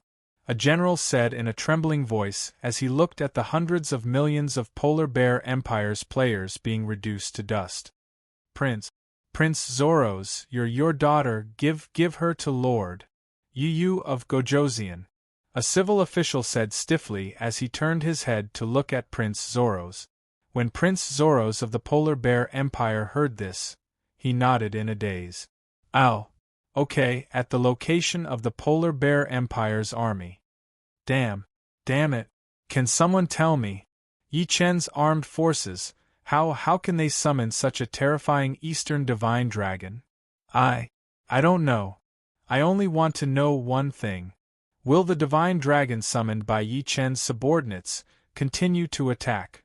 If the Eastern Divine Dragon continues to attack, we won't be able to escape. After we die, we'll still come online, damn it. If that's the case, won't we be killed until we're level 0? Damn the game's restrictions. Why can't we go offline during the World War? Why don't we surrender and submit to Yu of Gojoseon? Maybe we can live, will he accept it? His army will kill anyone they see. They won't leave anyone alive. I think so, in the Polar Bear Empire, where hundreds of millions of people live. Oh my God, who can save me? Sob. I don't want to die. This is God's punishment for the Polar Bear Empire. It must be those damned nobles. They've done too many evil things. That's why God sent the Great Han's divine weapon to punish the Polar Bear Empire. What punishment? They're invading. This is war. Damn it, they won't even let the poor off. How can it be a divine weapon? Look, the Eastern Divine Dragon has appeared again. Swoosh! The natives and players of the Polar Bear Empire raised their heads and looked at the huge azure dragon that had just appeared from the void. Don't attack, please don't attack. The natives and players of the Polar Bear Empire were all looking forward to it. The terrifying scene of the azure dragon's attack was too shocking. Everyone was afraid and terrified. Even the natives and players of the Polar Bear Empire, who weren't afraid of death, were the same. It was because of this that the natives and players of the Polar Bear Empire had the same thought when they saw the azure dragon appear again. Roar! After a dragon roar that shook the heavens and earth, the huge azure dragon that was floating in the sky suddenly opened its mouth. At this moment, a gray ball that was almost solid instantly appeared in the azure dragon's mouth. Seeing this, the natives and players of the Polar Bear Empire couldn't help but feel their hearts tighten. In the next second, cries of terror rang out. It's going to attack again. No, I don't want to die. I surrender. Don't kill me. Sob, while the natives and players of the Polar Bear Empire were crying and begging for mercy, the huge azure dragon in the sky instantly spat out the gray ball from its mouth. Boom! The air exploded and the clouds churned. The gray ball that the huge azure dragon spat out was only about 100 meters in diameter. However, none of the natives and players of the Polar Bear Empire on the ground thought that the gray ball was ordinary. Chapter 954. The players of the Polar Bear Empire were in an uproar when they saw the gray ball hurtling toward the ground. Run! The horrifying scene of the azure dragon killing hundreds of millions of players was still replaying in the minds of the natives and players of the Polar Bear Empire. Therefore, no one thought that the gray ball spat out by the azure dragon in the sky would be simple. That was the reason why the players of the Polar Bear Empire were so terrified. After waves of screams, the army of Polar Bear Empire's players fell into chaos. They pushed each other and tried to escape in a frenzy. However, there were more than 1 billion natives and players outside the capital of the Polar Bear Empire. There was nowhere for the players to run. If there was a place, it would be the area cleared by the azure dragon. However, no one dared to go there. In an instant, waves of Polar Bear Empire's players were pushed to the ground and trampled to death. The chaos lasted for less than 3 seconds. The gray ball with a diameter of 100 meters descended upon the army of Polar Bear Empire's players. Boom! After an explosion that shook the world, the gray ball suddenly exploded, after which it turned into a gray gas that filled the sky and surged in all directions. The gray gas came from the Azure Dragon battle formation's skill, cycle of life and death. It was the energy of death that the reincarnation Immortal City converted from the life energy of hundreds of millions of Polar Bear Empire's players. With the appearance of the gray gas, all the Polar Bear Empire's players who came into contact with the gray gas instantly withered and turned into dried corpses. The players of the Polar Bear Empire were even more terrified when they saw this. They pushed the people in front of them in a frenzy, trying to escape as far away as possible from the gray gas that was filled with the aura of death. However, there were too many people. No matter how hard they tried, it was useless. On the city wall of the Polar Bear Empire, seeing the mutant players of the Polar Bear Empire being turned into dried corpses by the gray gas, Prince Zoros of the Polar Bear Empire couldn't help but shudder. Then, he screamed, this again. Prince Zoros, should we go down first? It's too dangerous on the city wall. A civil official looked fearfully at the Polar Bear Empire's players who were being turned into dried corpses by the gray gas. He then looked at Prince Zoros and asked. Prince Zoros of the Polar Bear Empire immediately regained his senses and nodded. Yes. Let's leave this place first. Prince Zoros, it's useless even if we leave. Divine Dragon can fly. Why don't we stay here? It's better to show our sincerity. When the Polar Bear Empire's senior guard Robies heard this, he immediately pulled back Prince Zoros, who was about to leave the city wall, and said seriously. When Prince Zoros of the Polar Bear Empire heard this, his face turned pale, and he shouted sternly, Robies, could it be that you want to harm me just because I cancelled the marriage between your son and my daughter? Zoros of the Polar Bear Empire shook his head and said seriously, Prince Zoros, I didn't mean that. Prince Zoros, that's not what I meant. The dragon summoned by King Yu the Great could easily destroy the capital of the Polar Bear Empire, but it didn't do so. Instead, it attacked the mutants outside the city. This means that King Yu the Great doesn't want to destroy the Polar Bear Empire directly. Otherwise, we would all be dead now. Senior Guard Robies' words make a lot of sense. A civil official was stunned for a moment before his eyes lit up as he spoke. That should be the case. The divine dragon summoned by Prince Yu of Han could easily destroy the Polar Bear Empire's capital, but he didn't do so. He's probably waiting for us to surrender and offer him benefit. A general of the Polar Bear Empire pondered for a moment, then said excitedly after hearing this. As soon as the general finished speaking, the nobles of the Polar Bear Empire looked at each other and heaved a sigh of relief. Prince Zoros of the Polar Bear Empire was stunned for a moment before revealing an excited expression. That's right. That must be it. Otherwise we would probably all be killed by the divine dragon. Speaking to there, Prince Zoros let out a long sigh, then looked at the attendant beside him and shouted, What are you doing? Go to the palace and find His Majesty. Bring me all the national treasures in the palace's secret vault. They must be precious and unique. Yes, Your Highness. When Zoro's follower heard this, he hurriedly bowed. After he finished speaking, he hurriedly ran down the city wall and rushed towards the palace.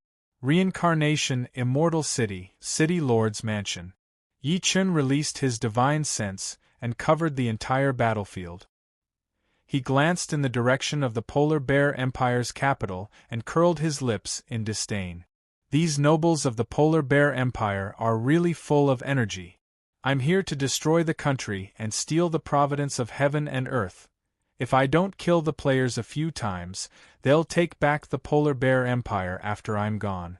How am I going to obtain the providence of the Polar Bear Empire then?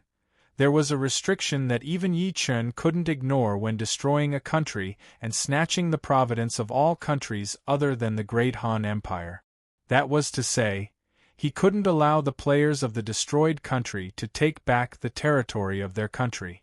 Otherwise, even if Yi Chun snatched the providence of heaven and earth now, the providence would automatically disappear after the players of the destroyed country took back the territory of their country.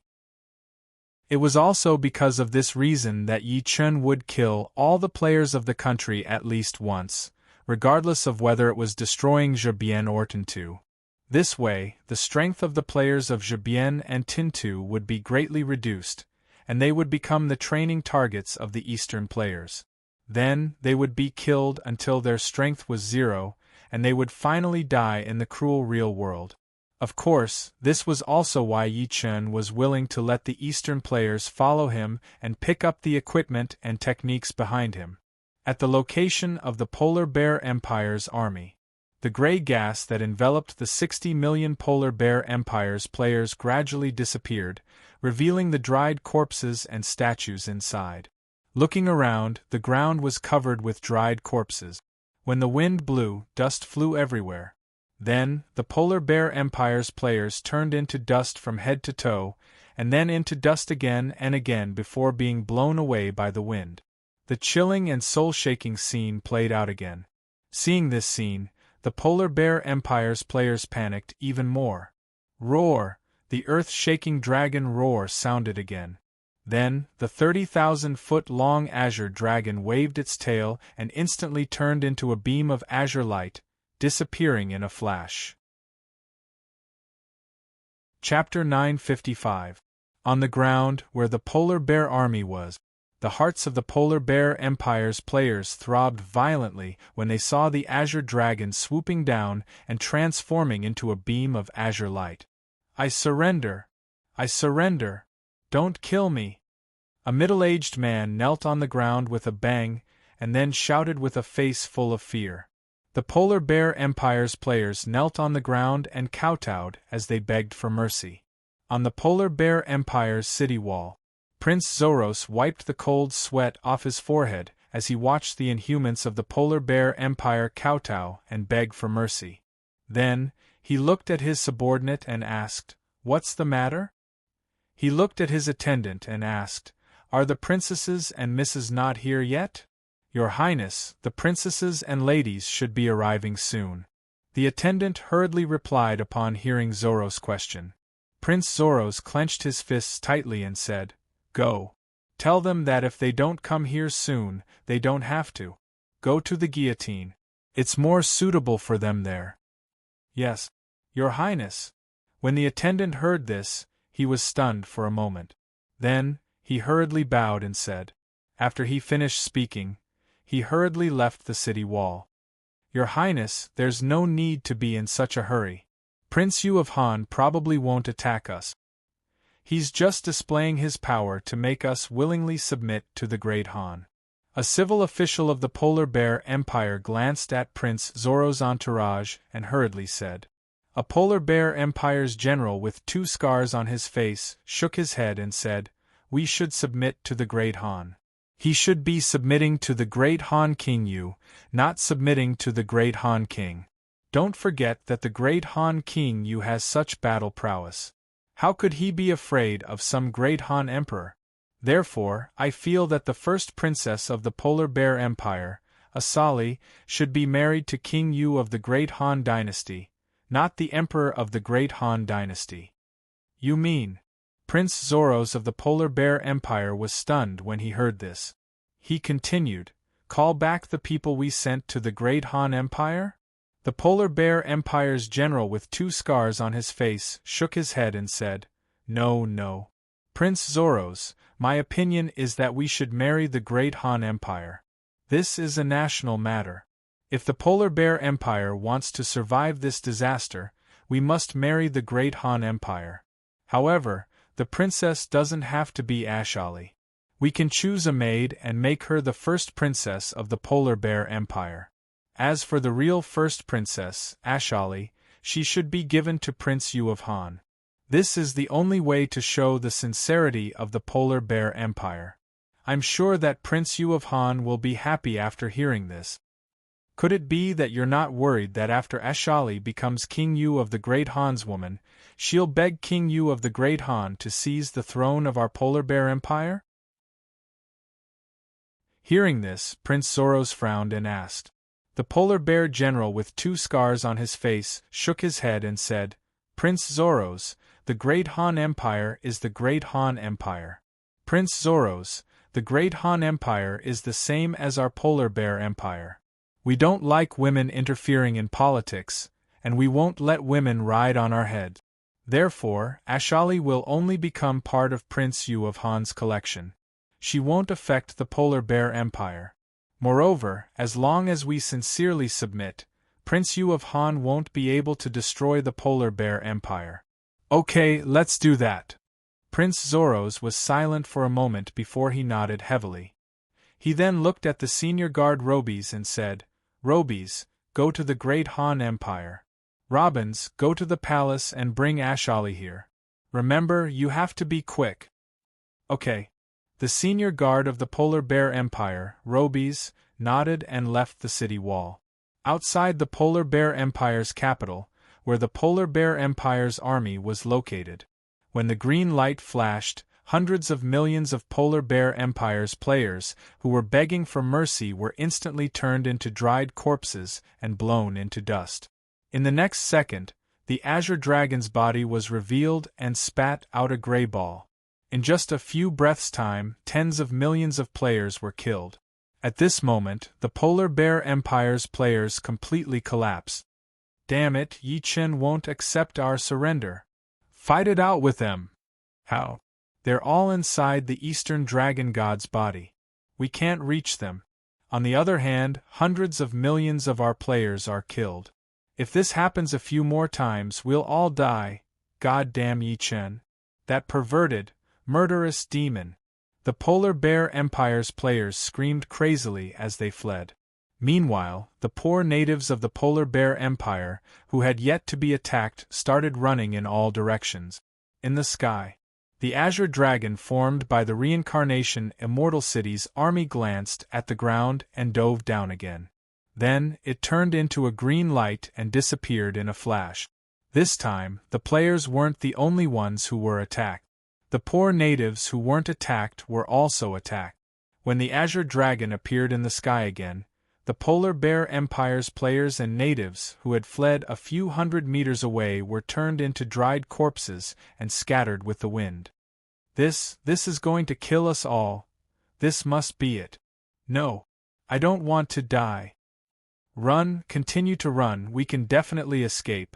Get out of my way, don't block my way. Just as the Polar Bear Empire's players and natives were shouting, the Eastern Dragon God's army arrived from afar. Looking at the Azure Dragon in the sky and the chaotic Polar Bear Empire's army, the Eastern Dragon God's players were stunned at first. Then, they burst into laughter. Ha ha ha, we finally made it. Holy sh*t, the number of players and natives in the Polar Bear Empire doesn't seem to be much less than 2. Isn't this great? When Yi Yu of Gojoseon destroys the Polar Bear Empire, we can farm more monsters. Don't you think it's too inhumane for us to farm monsters like this? Damn it, if you feel that way, get out of here as soon as possible. Damn it, why don't you think about what will happen to us if the Eastern Dragon God attacks us? This is the benefit that Yi Yu of Gojoseon gave us. If you don't want it, get out of here, you idiot. Don't be an eyesore here. That's right, Yi Yu of Gojoseon didn't kill the Eastern Dragon God's players. Who cares if they live or die? Besides, which of these countries hasn't invaded the East before? We're taking revenge now. He doesn't understand the big picture. To put it simply, with Yi Yu of Gojoseon, our strength is rising rapidly. Moreover, we've obtained a lot of good equipment and skills. With these, we'll be safer in the real world. That's the King truth. Just as the Eastern players were discussing, the Azure Dragon launched a few more attacks, clearing out the Polar Bear Empire players on the battlefield. As for the natives of the Polar Bear Empire, a large number of them were wiped out. At this moment, there were only desperate cries and dull sobs left on the battlefield. They wanted to escape, but they couldn't. They wanted to live, but they couldn't. Chapter 956. As the wind blew, the dried corpses turned into dust and scattered with the wind. The aura of death grew stronger and stronger. Cries of fear and despair filled the entire battlefield. On the city wall of the Polar Bear Empire, Prince Zoros of the Polar Bear Empire couldn't help but wipe the cold sweat on his forehead when he saw that half of the battlefield had been cleared in just a few minutes. The nobles of the Polar Bear Empire standing around Prince Zoros weren't any better. They felt that Yi Chen's army wouldn't destroy the Polar Bear Empire, but even so, they were still afraid. They had no choice. The Azure Dragon summoned by the Reincarnation Immortal City's army was too terrifying. Killed hundreds of millions of people with one strike, and all of them died miserably. It was impossible for them to remain calm. Ashali, my daughter, and the other ladies haven't arrived yet? Prince Zoros of the Polar Bear Empire glanced at the Azure Dragon that swooped down mercilessly again, and then looked at the ramp that led up to the city wall. A civil official of the Polar Bear Empire shook his head when he heard this. Just as he was about to speak, dense footsteps could be heard coming from the slope. They're here. A general of the Polar Bear Empire's eyes lit up when he heard the dense footsteps. He then shouted in surprise. Prince Zoros of the Polar Bear Empire let out a long sigh and then said, "It's good that they're here. It's good that they're here." As soon as Prince Zoros finished speaking, a 5-year-old girl wearing a white tutu dress led a group of Polar Bear Empire beauties, who were also wearing luxurious tutu dresses, onto the city wall. When the guards on the city wall saw this, they all stood to the sides and bowed to the beautiful girls who had climbed up the city wall. The Polar Bear Empire's guards saluted sincerely because they knew that if the Polar Bear Empire wanted to survive, they could only rely on these beautiful girls. Along the way, the girls attracted more and more attention. They only stopped when they arrived in front of Prince Zoros. "Greetings, Uncle Zoros." After the 5-year-old girl glanced at Prince Zoros, she immediately gave him a very solemn, noble salute. When Prince Zoros heard this, he glanced at Ashali and forced a smile. "Ashali, I'm sorry." "Wronged? Uncle Wang, do you think Ashali has been wronged?" Ashali glanced at Prince Zoros and asked. When Prince Zoros heard this, his face sank, and he said in a deep voice, "Ashali, you are the first princess of the Polar Bear Empire. You must put the safety of the Polar Bear Empire first. Your father, your mother, and the millions of people who love you are here. Uncle Wang, there's no need to tell Ashali these things. Ashali knows what to do," Ashali said calmly. Then, she looked outside the city. At this moment, due to the Azure Dragon's attack, hundreds of millions of Polar Bear Empire's natives had been turned into dried corpses. Then, they were reduced to fine powder in the wind and scattered with the wind. When Prince Zoros saw this, his face sank again. He glared at Ashali's back and then looked at the senior guard of the Polar Bear Empire, Robies, and said, "What's the matter? Robies, is there any way to tell King Yu of the Great Han that we want to negotiate?" When the senior guard of the Polar Bear Empire heard this, Robies glanced at the huge floating island above the battlefield and said, "Prince Zoros, you should be on the island above the battlefield. Prince Zoros, King Yu of the Great Han should be on the island in the sky. We can't contact King Yu of the Great Han through normal means, so we can only shout. This way, even if King Yu of the Great Han can't hear us, his army can. As long as King Yu of the Great Han's army hears us, they will definitely stop attacking and inform King Yu of the Great Han." When Prince Zoros heard this, he nodded and said, "Okay, then send someone to shout. Try to shout as loudly as possible." When the senior guard of the Polar Bear Empire, Robies, heard this, he nodded and then looked at the guards around him and shouted, "Shout! Esteemed Prince Yu of Han, the Polar Bear Empire has already submitted a letter of credence to the Great Han Empire. They are willing to submit to the Great Han Empire and marry the Emperor of the Great Han Empire. In addition, the Emperor of the Polar Bear Empire is willing to marry the princess to Lord Yu of Beach." "Yes, Senior Guard." When the Polar Bear Empire guards on the city walls heard this, they hurriedly bowed and replied, In the next second, the guards on the city walls of the Polar Bear Empire's capital city looked at the azure dragon in the sky and shouted, "Esteemed Prince Yu of Han, the Polar Bear Empire has already submitted a letter of credence to the Great Han Empire. They are willing to submit to the Great Han Empire and marry the Emperor of the Great Han Empire. The Emperor of the Polar Bear Empire is willing to marry the princess to Lord Yu of Beach." Their voices were extremely loud and resounding, and they instantly spread to the battlefield outside the city. When the natives of the Polar Bear Empire heard this, they were all stunned. Then, they all revealed excited expressions.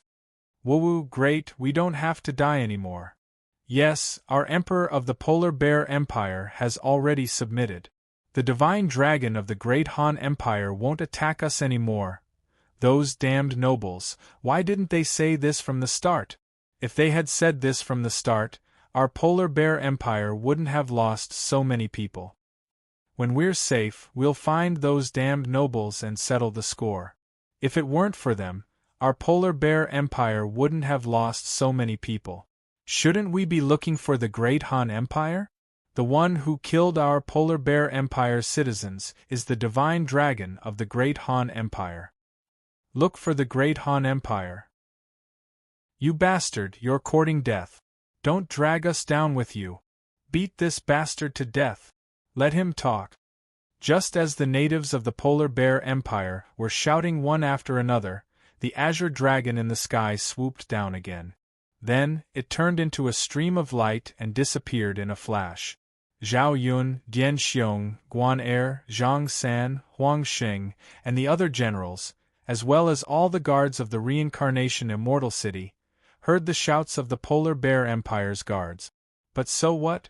Whether it was Zhao Yun, Dian Xiong, Guan Er, Zhang San, the other generals, or all the guards of the Reincarnation Immortal City, they only knew that their lord, Yi Chen, had given the order.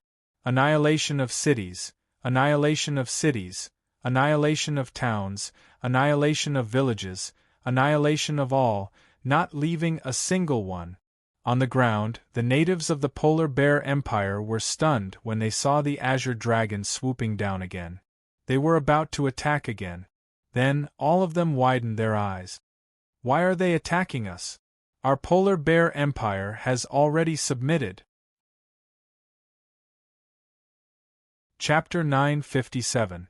No. Don't come down. We've surrendered. We've really surrendered. No. I don't want to die, sob sob sob. Damn it, it's all that idiot's fault. He said he would cause trouble for the Great Han Empire. Look, the Great Han Empire's dragon is enraged. Kill him. Kill him quickly. Otherwise, the Great Han Empire's dragon won't stop. Chaotic and noisy shouts came from the natives of the Polar Bear Empire, and the nobles on the city walls of the Polar Bear Empire shuddered all of a sudden. Shout with all your might. Shout at the top of your lungs. Prince Zoros's face turned pale when he saw the azure dragon attack again. He then looked at the Polar Bear Empire guards on the city walls and shouted.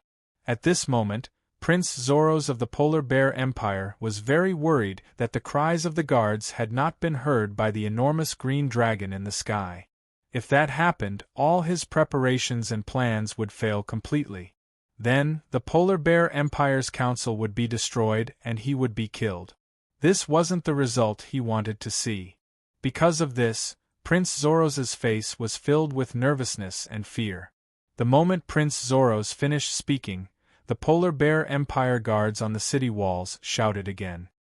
Honorable Prince Yu of Han, the Polar Bear Empire has submitted a letter of credence to the Great Han Empire and is willing to submit to the Great Han Empire. The Emperor of the Polar Bear Empire is willing to marry his princess to Yu of Beach. Shouts were heard over and over again on the battlefield. However, the azure dragon showed no signs of stopping as it swooped down. In the next second, the azure dragon flashed, and hundreds of millions of natives of the Polar Bear Empire were instantly turned into dried corpses. Then, they turned into dust and scattered with the wind. Reincarnation Immortal City, City Lord's Mansion. Yi Chen's divine sense covered the entire battlefield. He glanced at the Polar Bear Empire's city walls and sneered. You want me to stop by relying on the marriage and marrying a woman?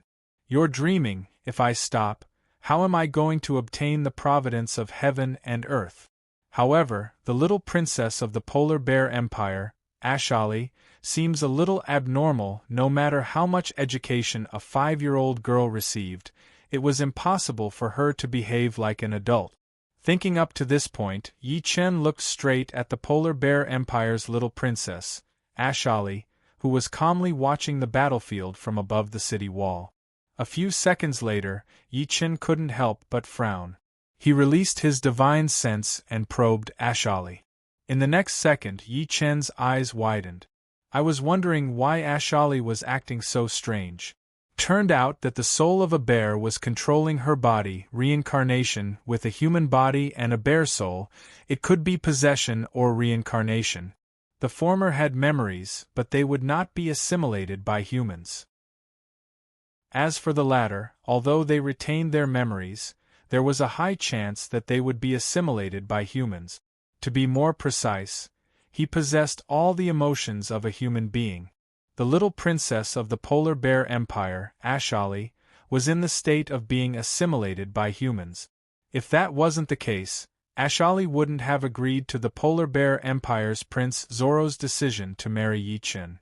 This Ashali must have compromised in order to protect the Emperor and Empress of the Polar Bear Empire. At the same time, she didn't want the Emperor and Empress of the Polar Bear Empire to discover her true identity. What an interesting bear. Unfortunately, the Polar Bear Empire will be destroyed. No matter who it is, they will all die. Thinking up to this point, Yi Chen's gaze instantly turned cold. Outside the capital of the Polar Bear Empire, the natives of the Polar Bear Empire were still crying and wailing.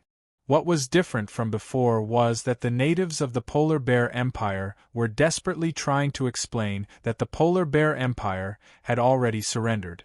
Unfortunately, what greeted them was the merciless attack of the Azure Dragon. Again and again, the Azure Dragon fell to the ground.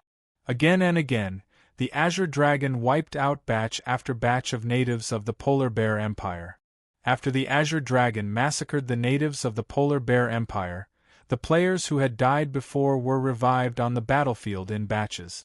They could have revived directly, but none of them dared to do so. Because they would die if they revived, their souls stayed in the revival space and refused to revive.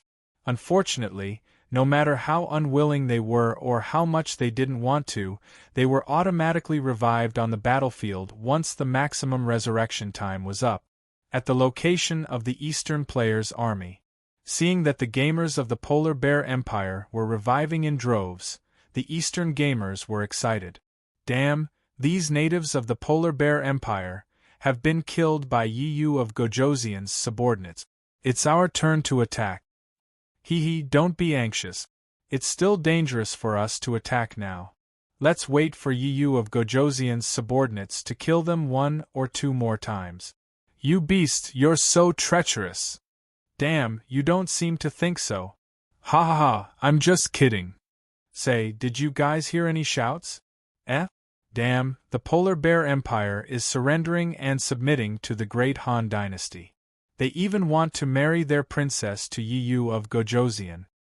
Damn, it can't be. Doesn't that mean we can't kill them? Calm down. Why don't you think about it?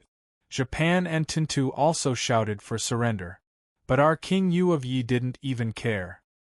That's true. According to Yu of Gojoseon's murderous nature, the Polar Bear Empire will be destroyed. While the Eastern players were shouting, the players of the Polar Bear Empire, who had just revived, heard the shouts of the Polar Bear Empire's guards. Motherf *Ker. Why didn't you surrender earlier? Why did you have to wait for me to die before surrendering? These Motherf *King natives deserve to die. Once Yi Chen retreats, we'll kill these players. Then, we'll take control of the Polar Bear Empire. That's what we'll do. Damn it, we'll be restricted by these King native. They even chased us out of the city. If I don't kill them, I won't be happy. Look, The Eastern Dragon God is attacking again. Following the exclamations, the azure dragon in the sky swooped down again and turned into a ray of green light. It pounced on the revived natives of the Polar Bear Empire. Damn it! We've already surrendered. Why are they still attacking us? Motherf *Ker, I knew it. That bastard Yi Chun didn't massacre a city on a whim. Motherf *Ker, he wants to destroy our Polar Bear Empire. *CK. I don't want to die again. Chapter 958. The players of the Polar Bear Empire roared in anger, but what greeted them was the merciless attack of the Azure Dragon. As soon as the green light passed, hundreds of millions of dried corpses appeared on the battlefield again, and the noise stopped abruptly. A gust of wind blew past, and the hundreds of millions of dried corpses immediately turned into fine powder that drifted away with the wind. A terrifying and shocking scene appeared on the battlefield once again. On the walls of the capital city of the Polar Bear Empire, Prince Zoros of the Polar Bear Empire looked at the nobles around him with a pale face and asked, "What's the matter? That burly dragon god, did he hear our shouts? Should be able to hear it, right?" When a general of the Polar Bear Empire heard this, he swallowed his saliva and said, "He definitely didn't hear it. That must be it. Otherwise, why wouldn't that dragon god stop attacking?" Hearing that, a civil official of the Polar Bear Empire came back to his senses from the panic and shouted firmly, "Yes, you definitely didn't hear it.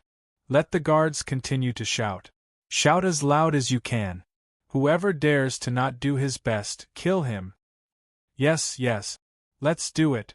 While the nobles of the Polar Bear Empire were discussing in a panic due to the endless attacks of the Azure Dragon, the children of the nobles on the city wall recovered from the terrifying scene outside the city and let out ear-piercing screams. They were told that they were going to marry Prince Yu of Han. They were also told that Prince Yu of Han was very powerful, so they had to wear the most beautiful clothes, wear the most expensive jewelry, and show their most perfect side to Prince Yu of Han. However, when they reached the top of the city wall, what they saw was not Prince Yu of Han, but a shocking and terrifying scene that they had never seen before. Hundreds of millions of people were turned into dried corpses in the blink of an eye. Then, they turned into dust and scattered with the wind. This scene was so terrifying that it almost made them suffocate. They were so frightened that their eyes widened and their mouths gaped. They didn't dare to breathe or speak. Their eyes were lifeless, and it lasted for a long time. Now that they had regained their senses, they could no longer suppress the fear in their hearts. Thus, they began to scream, unbridled screams. "All of you, shut up!" Prince Zoros, who was already annoyed, flew into a rage when he heard this. He pulled out the sword at his waist and stabbed a noble's daughter to death. Prince Zoros' rage instantly caused the screaming daughters of the nobles to widen their eyes. Their faces were filled with fear as they looked at their fathers for help. "Angel, calm down. You must be calm. Show me your most beautiful side. Don't disappoint me." A general of the Polar Bear Empire shouted without hesitation after seeing his daughter's gaze. A civil official of the Polar Bear Empire looked at his daughter and said seriously, "Don't worry. Angelina, don't be afraid. Do you see that island outside the city? That's Prince Yu of Han's island. After you marry Prince Yu of Han, you can live there. Isn't that the life you've always dreamed of? So, cheer up and don't mess up your makeup." One after another, the nobles comforted their daughters, but all of them wanted their daughters to continue standing on the city wall and put on their most beautiful appearance. Prince Zoros of the Polar Bear Empire heaved a long sigh after hearing the words of the nobles. Then, he held his blood-stained sword and looked at his daughter with a solemn expression. "Alyssa, don't disappoint me." Yes, father." Zoros' daughter, Alyssa, tried her best to calm her wildly beating heart when she heard this. The expressionless first princess of the Polar Bear Empire, Ashali, stood at the edge of the city wall. She glanced at the people around her, and then looked at the huge island floating in the sky in the distance again. I'm Ashali, the first princess of the Polar Bear Empire. I want to talk to you. Ashali's voice wasn't loud, but it was very penetrating. It instantly passed through the battlefield and reached Yi Chen's ears in Reincarnation Immortal City. Soul voice, thinking about this, Yi Chen couldn't help but frown. Then, he looked at Ashali, who was on the city wall of the Polar Bear Empire. She should be a special character of the Polar Bear Empire, just like Zhuo Ci and Yu Xian in the Three Kingdoms Novice region. However, she didn't have her own body, but her soul power was comparable to a mortal evolution state cultivator. Even so, she shouldn't be able to use soul voice. Soul voice was a soul spell. Although it didn't have any offensive power, it wasn't something a mortal evolution state could use, even if one was proficient in soul power. She probably had some treasure on her that could strengthen her soul power. When he thought of this, Yi Chen took a step forward and disappeared. Outside the city wall of the Polar Bear Empire, the space suddenly distorted. Then, a young man stepped out and appeared here. The guards of the Polar Bear Empire, who were shouting the words of the high-ranking guard, Robbies, were dazed and stopped shouting. They couldn't help but be dazed because the young man who suddenly appeared outside the city wall was standing in the air without any support. The young man was none other than Yi Chen, Yu of Beach of the Great Han Empire. After being stunned for a short while, Prince Zoros shuddered. He looked at Yi Chen and carefully asked, "What do you think? May I ask who you are?" "Uncle King, didn't you want to see King Yu of the Great Han?" "He is King Yu of the Great Han." When Ashali heard Prince Zoros, she didn't even turn her head. As soon as Ashali's words fell, the nobles and Prince Zoros on the city wall were dazed. They knew that Yi Chen was very powerful. Otherwise, he wouldn't have such a powerful army and wouldn't be able to summon the Great Han Empire's dragon god. But no matter how much they thought about it, they never thought that Yu of Beach of the Great Han Empire, Yi Chen, could actually fly. Such an existence could only be achieved by a god. After recovering from their shock, Prince Zoros and the nobles around him hastily bowed to Yi Chen and loudly greeted him. "Greetings, Sir Yu of Beach." "Greetings, Sir Yu of Beach." The daughters of the nobles on the city wall all hurriedly followed suit. Hearing this, Yi Chen glanced at the Polar Bear Empire's dignitaries and their daughters, then looked straight at Ashali and said, "What do you want to talk about?" Ashali had a treasure that could strengthen her soul power. Although it wasn't enough for her to use large-scale soul spells for a long time, it could still be used once. If Ashali had done that before, one or two of Yi Chen's subordinates would have definitely died. As for the reason, it was very simple. Yi Chen's subordinates simply didn't have the ability to resist soul spells. As for how powerful soul spells were, Yi Chen, who had been reborn, was well aware of that. Naturally, Yi Chen wasn't afraid of this now, but Yi Chen's subordinates weren't. It was precisely because Ashali didn't directly attack Yi Chen's subordinates that Yi Chen came over to meet the first princess of the Polar Bear Empire, Ashali. As for how to deal with Ashali, Yi Chen would have to depend on the situation. But regardless of the situation, Yi Chen wouldn't agree to let the Polar Bear Empire off. After all, the goal of Yi Chen's expedition was to destroy a nation and snatch the luck of the world. Chapter 959. When the first princess of the Polar Bear Empire heard Yi Chen's question, she glanced at Yi Chen and said, "I'm willing to submit to you. I am willing to submit to you, but you have to let the Polar Bear Empire go." As soon as Asali said this, the Polar Bear Empire's Prince Zealous expression changed. In Prince Zealous' view, Asali's words were completely provoking Yi Chen. Damn, they had already thought it through. They wanted to marry Asali and all the beautiful daughters of the Polar Bear Empire's nobles to Yi Chen and use them to exchange for the safety of the Polar Bear Empire. Ashali, on the other hand, actually said that she would submit to Yi Chen. She even used this as a condition to make Yi Chen, the king of Han, Let go of the Polar Bear Empire. Wasn't this a clear threat to Yi Chen? Wasn't Yi Chen threatening him? It would be fine if Yi Chen accepted it, but if he didn't and got angry, then their plan would be completely ruined. The Polar Bear Empire would also be destroyed, and they, the nobles of the Polar Bear Empire, would no doubt end up dead. After a brief moment of panic, Prince Zealous looked at Asali with a serious expression and scolded in a low voice, "Princess Yu of Han." "Asali." "Lord Yu of Beach, Princess Asali is young and doesn't know any better. Please don't take it to heart. The Polar Bear Empire is willing to submit to Great Han." "Oh no, we are willing to submit to Lord Yu of Beach." A civil official of the Polar Bear Empire hurriedly looked at Yi Chen and bowed humbly. "Lord Yu of Beach, in order to express our sincerity, the beauties on the city wall will become Yu of Beach's concubines," a general of the Polar Bear Empire hurriedly added respectfully.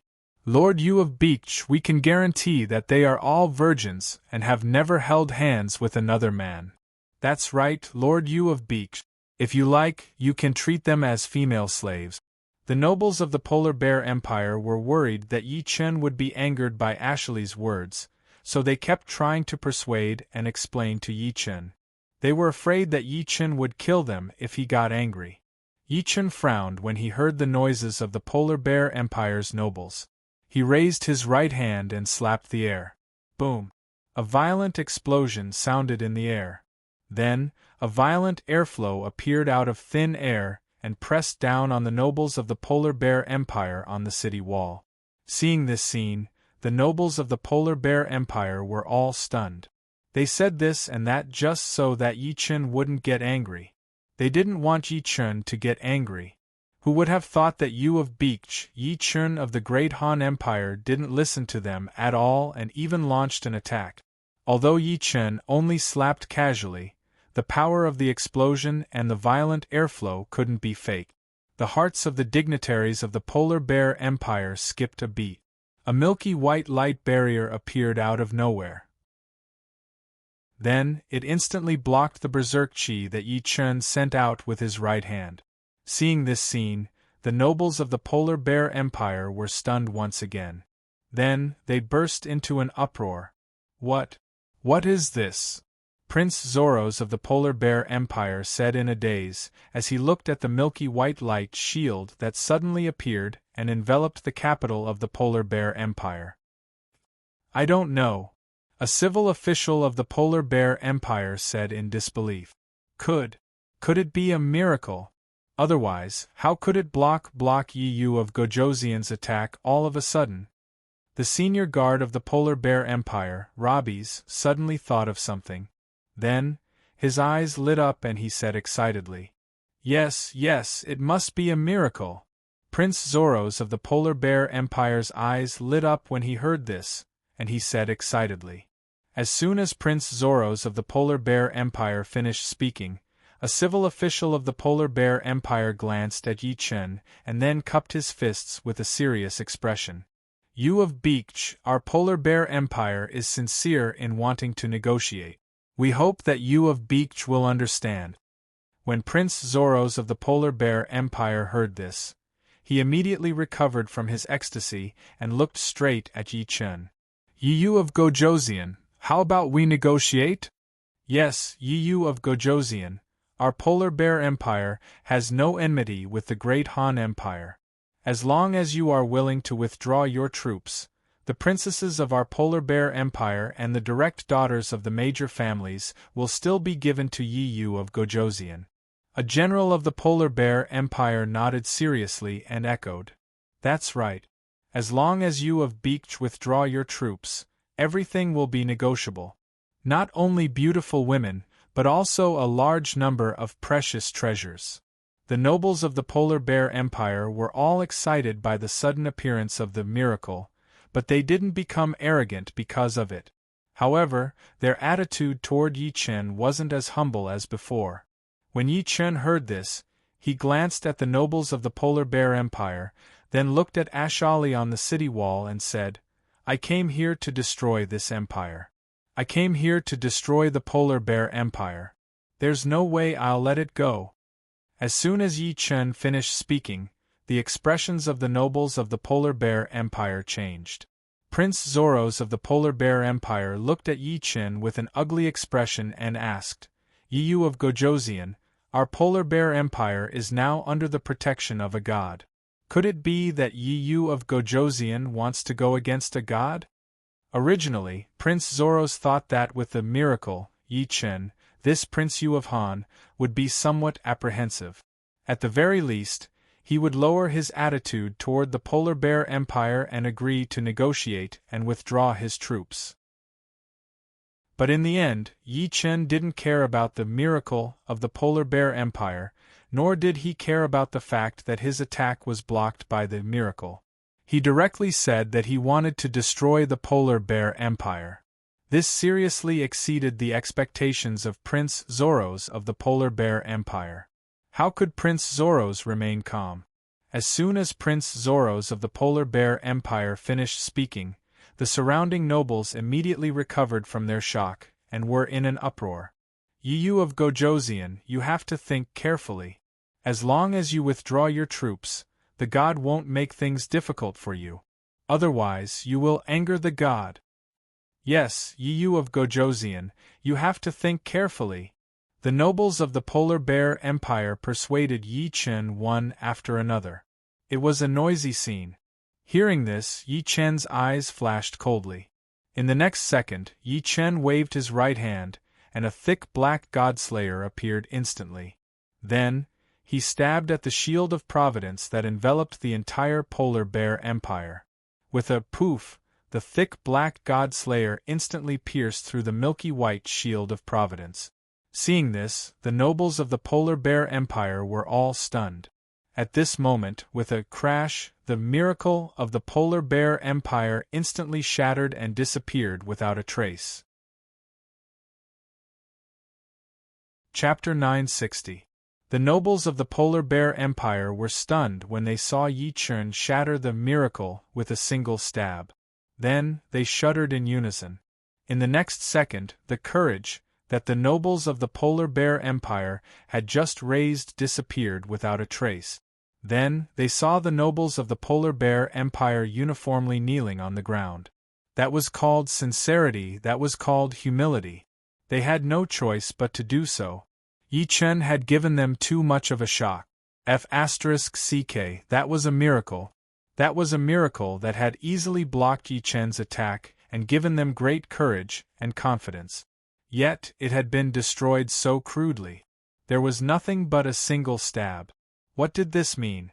It meant that Yu of Beech, Yi Chen of the Great Han Empire, had power comparable to or even surpassing that of gods. Otherwise, how could this happen? "Lord Yu of Beech, we submit? We submit." Prince Zoros of the Polar Bear Empire shouted in a trembling voice.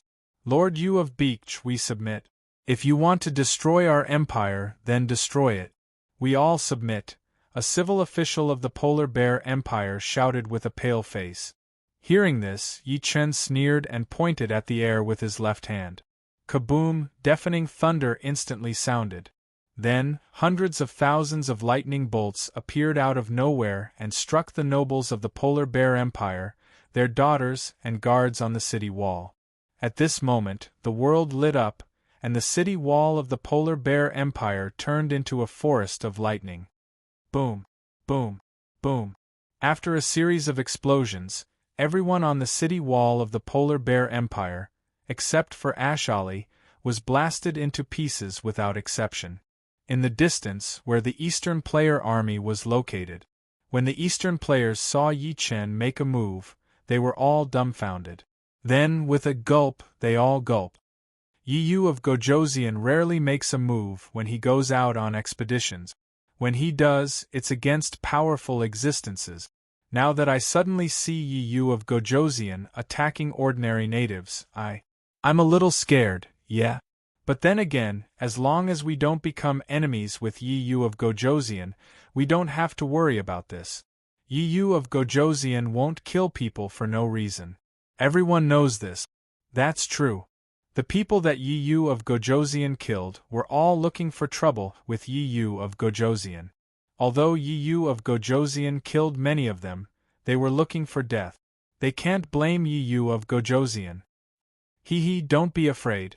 As long as you don't have any other thoughts, you don't have to worry about Yi Yu of Gojoseon killing you. It's that simple. Do you think that after Yi Yu of Gojoseon unifies the three kingdoms, the real world will be controlled by Yi Yu of Gojoseon? It's hard to say. Even if we, the independent players, are willing to see Yi Yu of Gojoseon unify the world, the leaders of the major factions might not be willing. Sigh, let's not talk about this. It's useless to talk about it, because no one knows what Yi Yu of Gojoseon will do. Just as the Eastern players were discussing Yi Chen's annihilation of hundreds of thousands of Polar Bear Empire's natives, another batch of Polar Bear Empire's players who had just revived was stunned. Then, they burst into an uproar. Damn it, is there any justice in this world? It's bad enough that Yi Chen's army is overpowered, but why is Yi Chen so overpowered as well? He can summon hundreds of thousands of lightning bolts just by raising his hand. Yi Chen has become a god. That must be it. Otherwise, he can't be so powerful. Damn it, let's not talk about Yi Chen. Let's talk about us first. Even if we get killed, it won't be long before we revive again. Then, we'll be killed by that damned Eastern Dragon God and lose another 10 levels. If this goes on, we'll all return to level 0, and it won't be long. Damn it, if I knew what to do, I wouldn't have dragged this out until now. I can't run away, and I can't log off either. That's not important. Haven't you realized that Yi Chen came here to kill us until we're level 0 and destroy the Polar Bear Empire? He wants to kill all the Polar Bear Empire's players in the real world. Begging for mercy is useless. Yi Chen won't accept it at all. Damn it, where's God? Why isn't he coming to save us? Just as the Polar Bear Empire's players were venting their fear, the 10,000-foot-long azure dragon swooped down again. It turned into a streak of azure light and charged straight at the Polar Bear Empire's players who had just revived. In the next second, the Polaris Empire's players were all turned into dried corpses without exception. Then, they turned into dust and scattered with the wind. On the city walls of the Polar Bear Empire's capital city, Ashali glanced at the charred chunks of flesh that covered the city walls, then looked at Yi Chen and said, Yi Yu of Gojoseon, you know that I can use soul magic. Do you know that I can possess another body? And then, when Yi Chen heard this, he glanced at Ashali and asked, Yi Yu of Gojoseon, if I possess one of your wives, what will you do? Ashali said calmly as she stroked her long hair. Yi Chen's eyes widened when he heard this. A violent killing intent instantly surged out.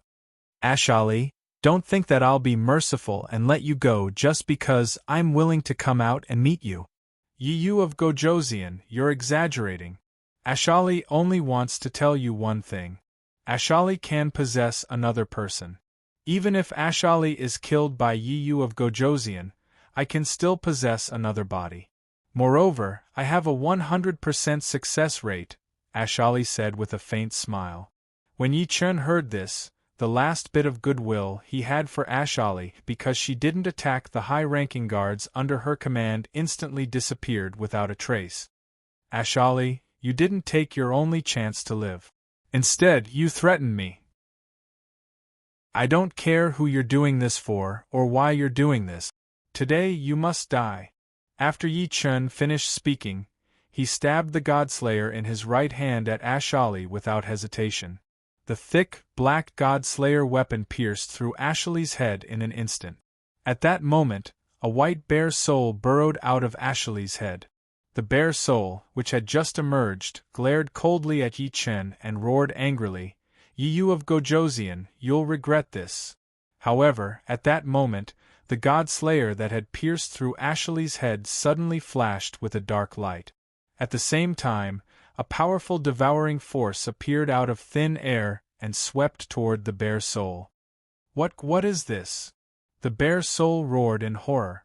However, in the next second, the bear soul was completely devoured by the Godslayer. Ding!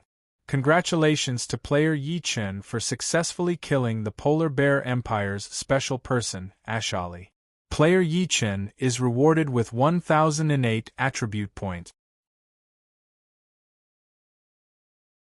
Chapter 961. Yi Chen sneered as soon as the system's notification ended. You won't die if you don't seek death. Why do you have to threaten me when you have the chance to live? Thinking up to this point, Yi Chen looked at the battlefield. The Polar Bear Empire's players kept reviving, but they kept getting killed. Almost 4 times, 1 or 2 more times, and it will be enough. Yi Chen flew back to the reincarnation Immortal City. After 10 minutes, Yi Chen looked at the Azure Dragon in the sky and shouted, "Attack! Destroy the city!" The moment Yi Chen finished his words, the Azure Dragon, which had just killed hundreds of millions of Polar Bear Empire's players, opened its mouth and spat at the capital city of the Polar Bear Empire. In the next second, a gray cloud flew out of the Azure Dragon's mouth and flew toward the city wall of the Polar Bear Empire's capital city. Boom! An earth-shattering explosion sounded, and the city wall of the Polar Bear Empire's capital city was blown into dust. As the wind blew, dust flew everywhere, revealing the spacious streets of the Polar Bear Empire's capital. On the streets, the native soldiers of the Polar Bear Empire had been turned into dried corpses and scattered with the wind. At this moment, the native soldiers of the Polar Bear Empire, who weren't killed by the Azure Dragon battle formation's cycle of life and death, were all stunned. They had seen the 10,000-foot-long Azure Dragon in the sky before, and they had also discussed it in shock because of its appearance. However, they couldn't see the scene of the Azure Dragon's massacre due to their location and the fact that there was no one to send them messages. As a result, they didn't have a clear judgment of the Azure Dragon's attack. Now they saw the Azure Dragon's attack. It was brutal, domineering, and terrifying. A single puff of gray air destroyed one of the walls of the capital city of the Polar Bear Empire. It also took the lives of tens of millions of soldiers. Moreover, all the people who were killed were turned into dried corpses and scattered with the wind. How could the native soldiers of the Polar Bear Empire not be stunned by such a shocking scene? Roar! An earth-shattering dragon roar suddenly sounded. Then, the Azure Dragon that destroyed one of the city walls of the Polar Bear Empire's capital city descended from the sky. Boom! The 10,000 feet long Azure Dragon disappeared, and revealed the 2,410,000 Reincarnation Immortal City army. At the front of the Reincarnation Immortal City, Zhao Yun, Dian Wei, Guan Yu, Zhang Fei, Huang Zhong, Gao Shun, Zhang Liao, and the other generals exchanged glances with one another. They raised their weapons and yelled, "Kill! Kill! Kill! Kill!" The army of the Reincarnation Immortal City roared. Then, the army of the Reincarnation Immortal City followed closely behind Zhao Yun, Dian Wei, Guan Yu, Zhang Fei, Huang Zhong, Li Yuanba, and other generals as they charged toward the capital of the Polar Bear Empire. Rumble! 10,000 horses galloped and the earth rumbled. At the location of the Eastern Player army, the eyes of the Eastern players lit up when they saw the Reincarnation Immortal City's army attacking the Polar Bear Empire's capital. Ha ha ha, it's finally our turn. What are you waiting for? Charge! Kill these Polar Bear Empire's players.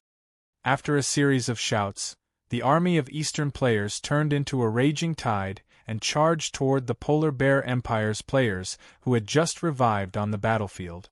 At the location of the Polar Bear Empire's players, the Polar Bear Empire's players, who were in despair, were stunned when they realized that the 10,000 feet long Azure Dragon had disappeared. Then, they saw the army of Eastern players charging toward them in a frenzy. Damn it! It's bad enough that Yi Chen bullied us, but these damn Eastern players are trying to take advantage of us. Damn it, these bastards, they want to use us as monsters to farm. What should we do? Should we retreat first? We've been killed 5 or 6 times, and each of us has lost 50 or 60 levels. We can't fight against the Eastern players. It's no use running. There are too many Eastern players, and we can't outrun the Eastern players. Then let's fight it out with them. Yes. Let's fight. Kill as many as we can. If we're lucky, we might be able to make up for all the lost experience by killing the Eastern players. That's right. There's nothing to be afraid of in a free-for-all. Let's kill them. After the clamor, the Polar Bear Empire's players charged toward the Eastern players with bloodshot eyes. Soon, the two armies of players clashed and started fighting fiercely. Unfortunately, no matter how hard the Polar Bear Empire's players fought, they could not kill any of the Eastern players. It could not be helped. The difference in level was too great. In addition, the Eastern players had picked up items from Yi Chen's corpse, and each of them was equipped with at least diamond-grade equipment. Therefore, the Polar Bear Empire's players were crushed. In the capital of the Polar Bear Empire, shouts, cries, clashing weapons, begging for mercy, and the sound of warhorses galloping on the ground intertwined and formed a unique battlefield sonata. As the battlefield sonata continued to play, the Polar Bear Empire's soldiers fell in droves and turned into corpses lying on the cold ground. As far as the eye could see, there was scarlet blood everywhere. Twisted corpses were everywhere. A gentle breeze blew, and the smell of blood surged. In less than 10 minutes, the Polar Bear Empire's capital fell into a hell of blood and fire. The ones who caused this were Yi Chen's reincarnation Immortal City's army. No one showed mercy and no one stopped, because everyone knew that their lord, Yi Chen, only had one order, and that was to kill them all and not leave a single one alive. As time passed, there were fewer and fewer native soldiers left in the capital of the Polar Bear Empire. It was only when the last native soldier was killed that the army of the reincarnation Immortal City charged into the imperial palace of the Polar Bear Empire. An hour later, except for the Emperor and the Empress, everyone in the Polar Bear Empire's royal palace was killed by the reincarnation Immortal City's army. In the reincarnation Immortal City's city lord's residence, Yi Chen's divine sense shrouded Du Chun of the Polar Bear Empire. He glanced at the Emperor and the Empress of the Polar Bear Empire, who were forced to kneel on the ground by the soldiers. Kill! As soon as Yi Chen gave the order, the soldiers who were escorting the Emperor and the Empress of the Polar Bear Empire directly chopped off their heads. At this moment, the system's notification suddenly sounded. Ding! Congratulations to player Yi Chen for successfully destroying the Polar Bear Empire and obtaining all of the Polar Bear Empire's Heaven and Earth Providence. As soon as the system's notification ended, Yi Chen's Heaven and Earth Providence instantly skyrocketed. Feeling the sudden surge of Heaven and Earth Providence, Yi Chen couldn't help but smile. This was his biggest gain. Chapter 962. Thinking up to this point, Yi Chen could not help but smile. At this moment, a world announcement suddenly sounded. Ding! The Great Han Empire's General of Agile Cavalry, Yi Chen, has breached the capital of the Polar Bear Empire and destroyed the Polar Bear Empire. Special reward to player Yi Chen X 3008 attribute point. The world announcement was repeated 3 times in a row, instantly causing the entire world channel to explode. Damn, Yi Chen destroyed the Polar Bear Empire so quickly? Are you deaf? Can't you hear the world announcement? Damn, do you still have to ask? F***CK use honorifics. F***CK. How dare you call Yu of Gojoseon by his name? Who the F***CK do you think you are? Ignore that idiot. He's just a moron. He thinks he's so awesome. Why don't he take a piss and look in the mirror to see what he's made of? King Yi is the most awesome, there is no other. Of course, I saw how Yu of Gojoseon attacked. F***CK, that scene was like a god descending from the heavens. It's a pity that Yu of Gojoseon doesn't accept followers. Otherwise, I would definitely be the first to seek refuge with Yu of Gojoseon. I wanted to. Sigh, I've already begged so many times, but Yi Yu of Gojoseon just won't open his mouth. I hope that Yi Yu of Gojoseon will unify the real world and set the rules himself. That way, the real world will return to normalcy. I want that too. That way, whoever dares to disobey Yi Yu of Gojoseon's orders will be courting death.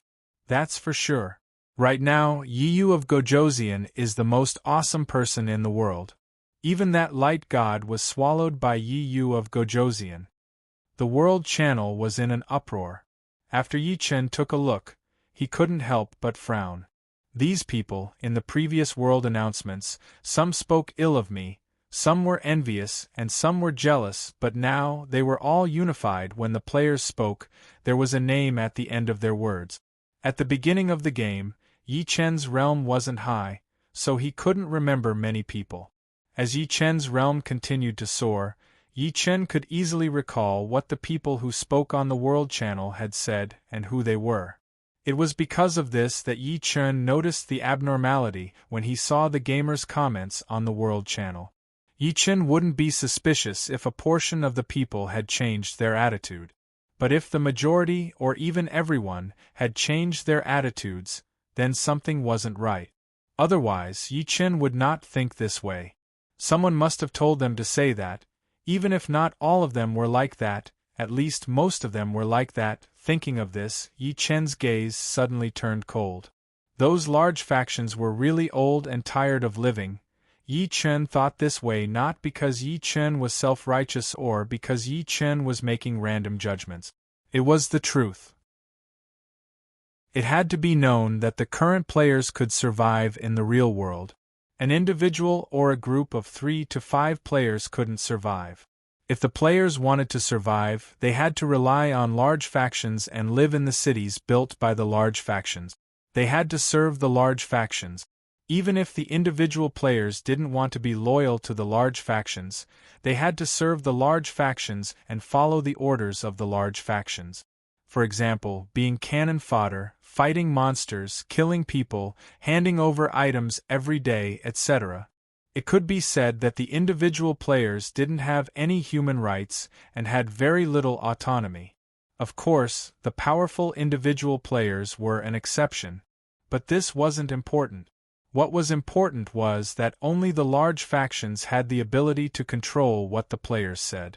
Otherwise, how could Yi Chen attribute the sudden, unified statement of the players to the large factions? As for why the large factions did this, others might not know, but how could Yi Chen not know? It was because they wanted Yi Chen to be beside himself, because of the players' petition, and complacent, because of the players' performance of submission. Then, he would take the initiative to eliminate the demons in the real world. In this way, the real world would be completely stabilized and the large factions would choose to submit. At first glance, Yi Chen had become the emperor and had unlimited glory. But what was the truth? It wasn't like that at all, because Yi Chen couldn't possibly focus on the real world. And the submission of the large factions was just mouth and heart. It had to be known that in the hearts of all the large factions and ambitious players, there was a point of view. That was, everyone was a player and could constantly become stronger through the game. Why should they completely submit just because someone was temporarily strong? There was no need, it was impossible, and they couldn't accept it. In the eyes of all the large factions, as long as Yi Chen took action and resolved the crisis in the real world, then all the factions could obtain the same, safe, living environment as Yi Chen. After that, all the factions could play the game steadily and seriously. Then, all the factions could secretly improve their own strength. Once the large factions caught up to Yi Chen, then their opportunity to rise up would come. As for how to rise up, it was very simple. Kill Yi Chen. This was the plan of the large factions. F***ck, these idiots, they really think I'm an idiot. Not to mention that I can't destroy the demons, even if I could, why would I do it? There were many demons all over the world. If Yi Chen took action, he could definitely kill all the demons he encountered, but the remaining demons might not be wiped out. It had to be known that the number of demons was very terrifying. They outnumbered the number of humans by many times. Once Yi Chen began to kill a large number of demons, the players of the demon race would definitely inform each other, and then all the demons would go into hiding. In this way, it would be difficult for Yi Chen to kill the demons.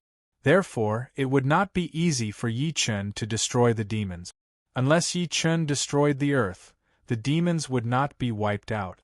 As for Yi Chen saving humans for the so-called false reputation, for the so-called righteousness of the human race, for the so-called hero of mankind, that was nonsense.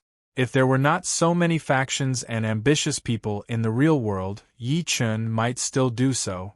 Unfortunately, this was only a hypothesis. The real situation was that, after the meteor fell, people's hearts had changed. Many people had a dream of becoming strong in their hearts, and they also had a heart of desire that wanted to obtain everything. After the end of the World War, he would first wipe out these large factions. Thinking of this, Yi Chen smiled coldly. Then, he looked directly at the army of reincarnation Immortal City in the capital of the Polar Bear Empire and shouted, "Return to the city and rest for a while. Later, we will attack Silla country." "Yes, my lord."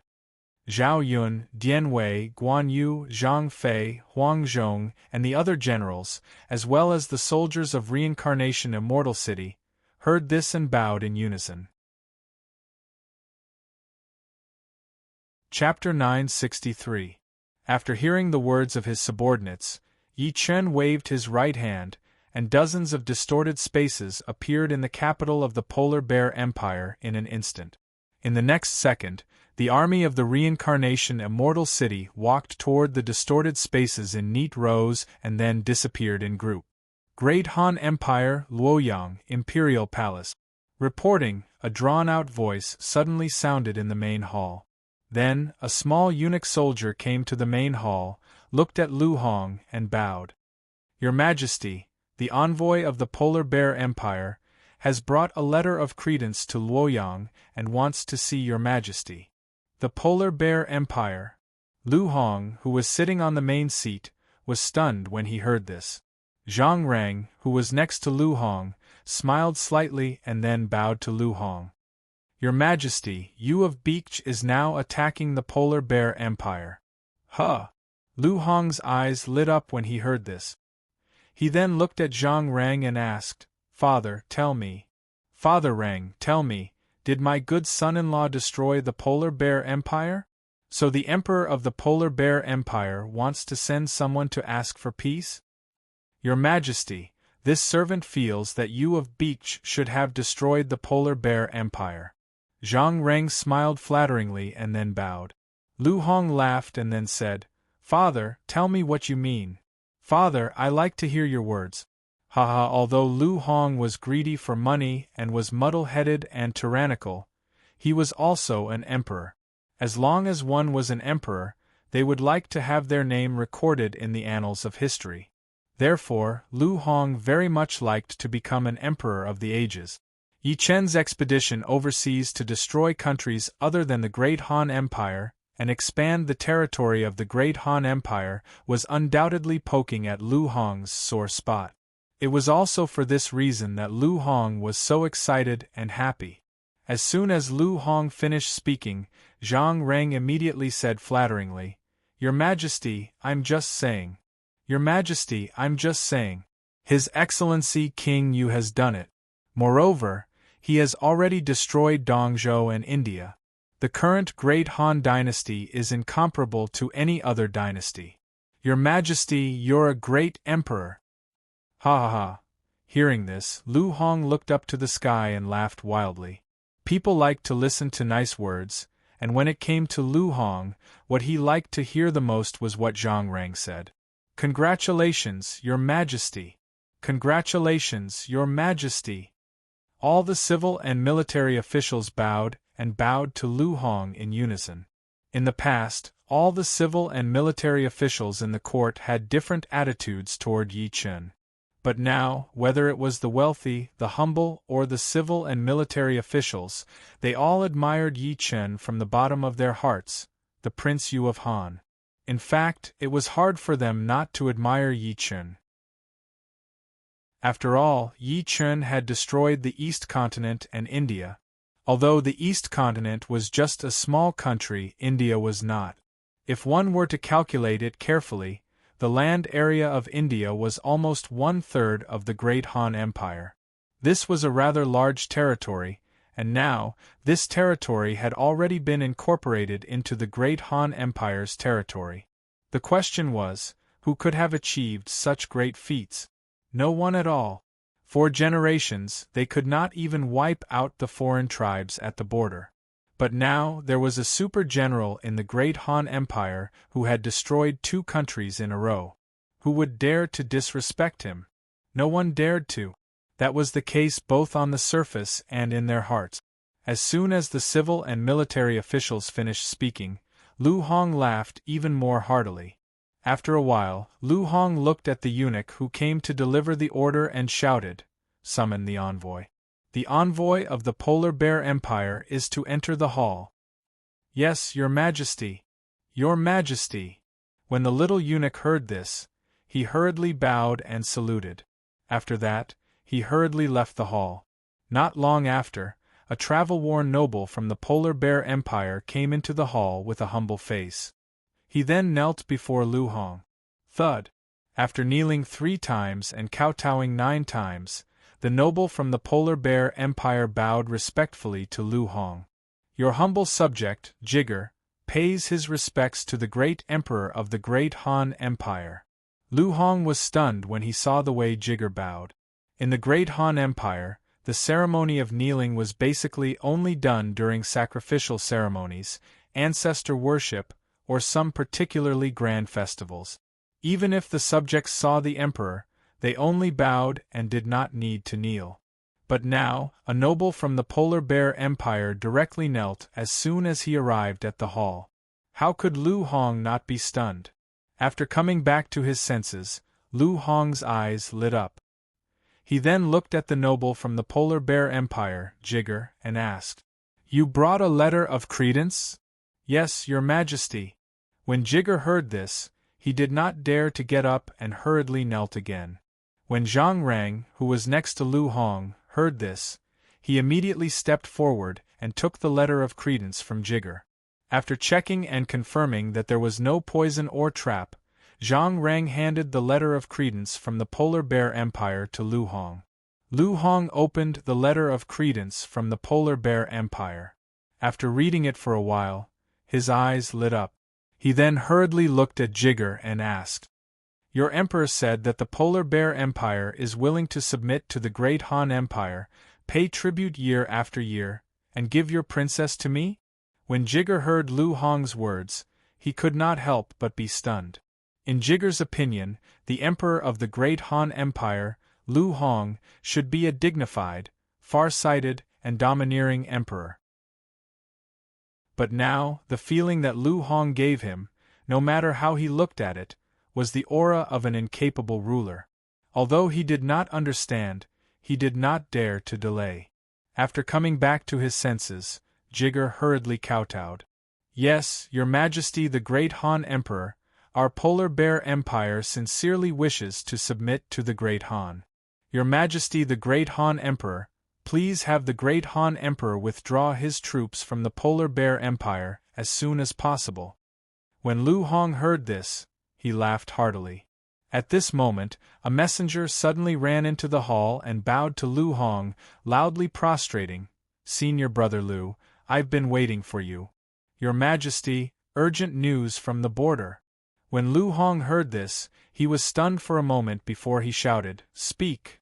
When the messenger heard this, he hurriedly bowed and said, "Your Majesty, Yu of Beach has destroyed the Polar Bear Empire and beheaded the nobles of the Polar Bear Empire, as well as the Emperor and Empress. He is now attacking Silla." What? When Lu Hong heard this, he could not help but be stunned. The nobles of the Polar Bear Empire, who were kneeling on the ground, were also shocked. He shouted, "How is that possible?" When Yi Chen was attacking the capital of the Polar Bear Empire, he received the order from Prince Zoros of the Polar Bear Empire and directly ran to the Great Han Empire through the teleportation formation. He wanted to hand over the letter of credence and arrange a marriage for peace so that the Polar Bear Empire would not be destroyed. Now that he had reached the Great Han Empire and handed over the letter of credence, he thought that his mission was complete and that the crisis of the Polar Bear Empire would be resolved. Who would have thought that the Polar Bear Empire would be destroyed? How could the nobles of the Polar Bear Empire not be shocked when they heard this result? How could they not be afraid? Your Majesty, Yi Yu of Gojoseon beheaded the Emperor without permission. This is a great crime of disrespect. He Jin, who was walking to court with a cane, suddenly thought of something. He threw away his cane and bowed to Lu Hong. You're tuning in to the Phoenix Knights YouTube channel. Don't forget to subscribe and join us on this journey to catch the most captivating stories.